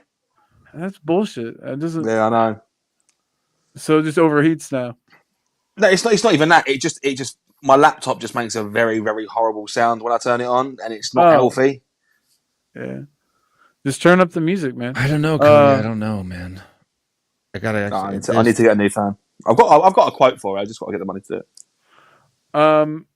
Kuva, what about you, man? We're just going around. I'm a free agent, mate. I've obviously got strong links still with the lads at TTG, Tottenham Tantrum Gold. Oh, I heard you had a falling out because you said that Dermot was a wanker and then you punched him or something. Yeah. When it went a bit kung fu, you know what Dermot's like. What a great thing to ask on stream. I heard you call him a wanker, punch him in the mouth. No. No, just needed a break from doing shows every single day, which I've been doing for a long time. Oh, I didn't even know you'd stopped. I was just being a complete dickhead for no reason. I'm taking a bit of break from hosting them generally. This is the thing. When you host shows every day, you get burnt out very quickly. Oh, I used to do it every day. Yeah, Can't do it. Yeah, you do. Yeah, you do. So that's pretty much what happened with me. Spurs doing really badly on top of it and all. Mum's been in hospital a bit, and I just thought, you know what, I'm just going to concentrate on real life a little bit and just chill out when I come on. It's good for you to sometimes have a bit of a break. But otherwise, yeah, big up to Dermot and Ben Kaufman, who are still running the show there and doing a great job on it. Getting some good likes. Even Dermot's little home video of him going into the stadium and up and down the steps has got great views on it. People want. I should have taken videos when I did my stadium tour. Absolutely. Stick them up. People love that. I didn't even know you were in London. It was like, that sucks. After you got back, people were like, "Hey, Colin was there." I was like, I had COVID. I had COVID. Had to stay an extra week and a half. Also, want to big up Josh. It's great to see him back on stream as well. Well, I'd love to be doing my own. I'd love to be doing my own shows, but I've got to try and. I might have to haul myself out to come up with the money to do this, but it's it's a sticky situation. We crowdfund. What are we looking at? What's the damage? How many quids? 60 quid. 60 quids. Yeah, for that's up to £600. I got to get Is a quid and a bob the same thing? quid. 2 bob, 3 bob, 4 bob. Yeah, it's all the same thing. 60 bob, All right. Or 5 steaks. 5 steaks. Yeah. It's a monkey. Yeah, It's a bullseye and 10.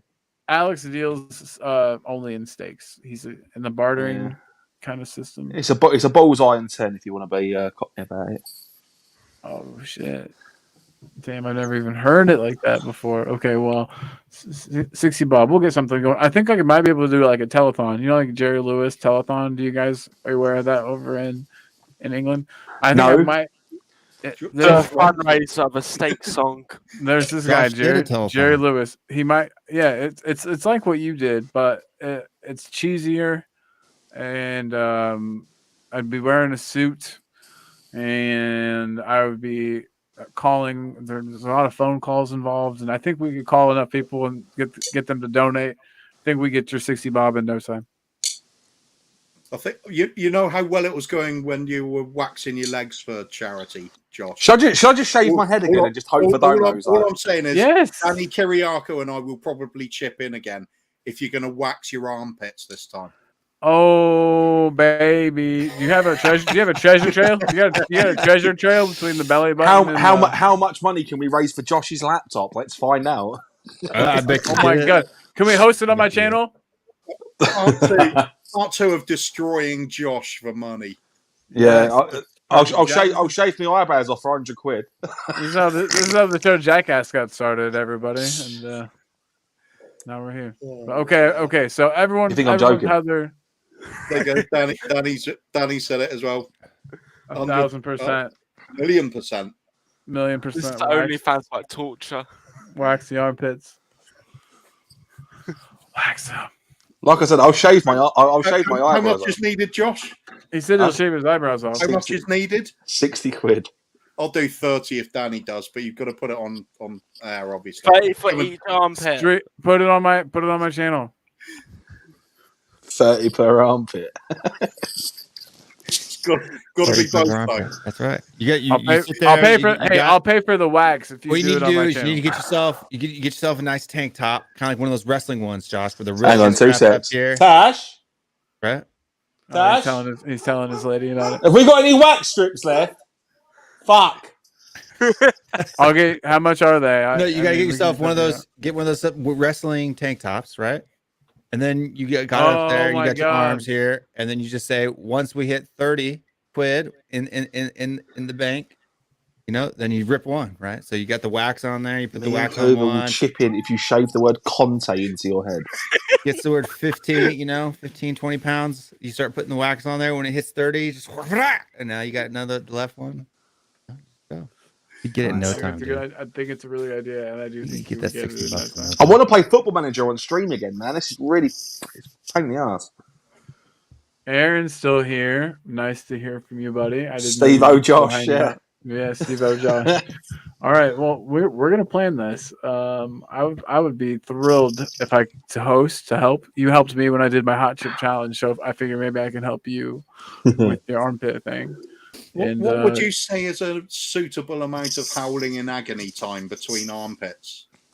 It depends on how fast the money comes in, according to Will. I think it would be good, though, if you just did a rip, like real quick, like one. How about slowly? Just.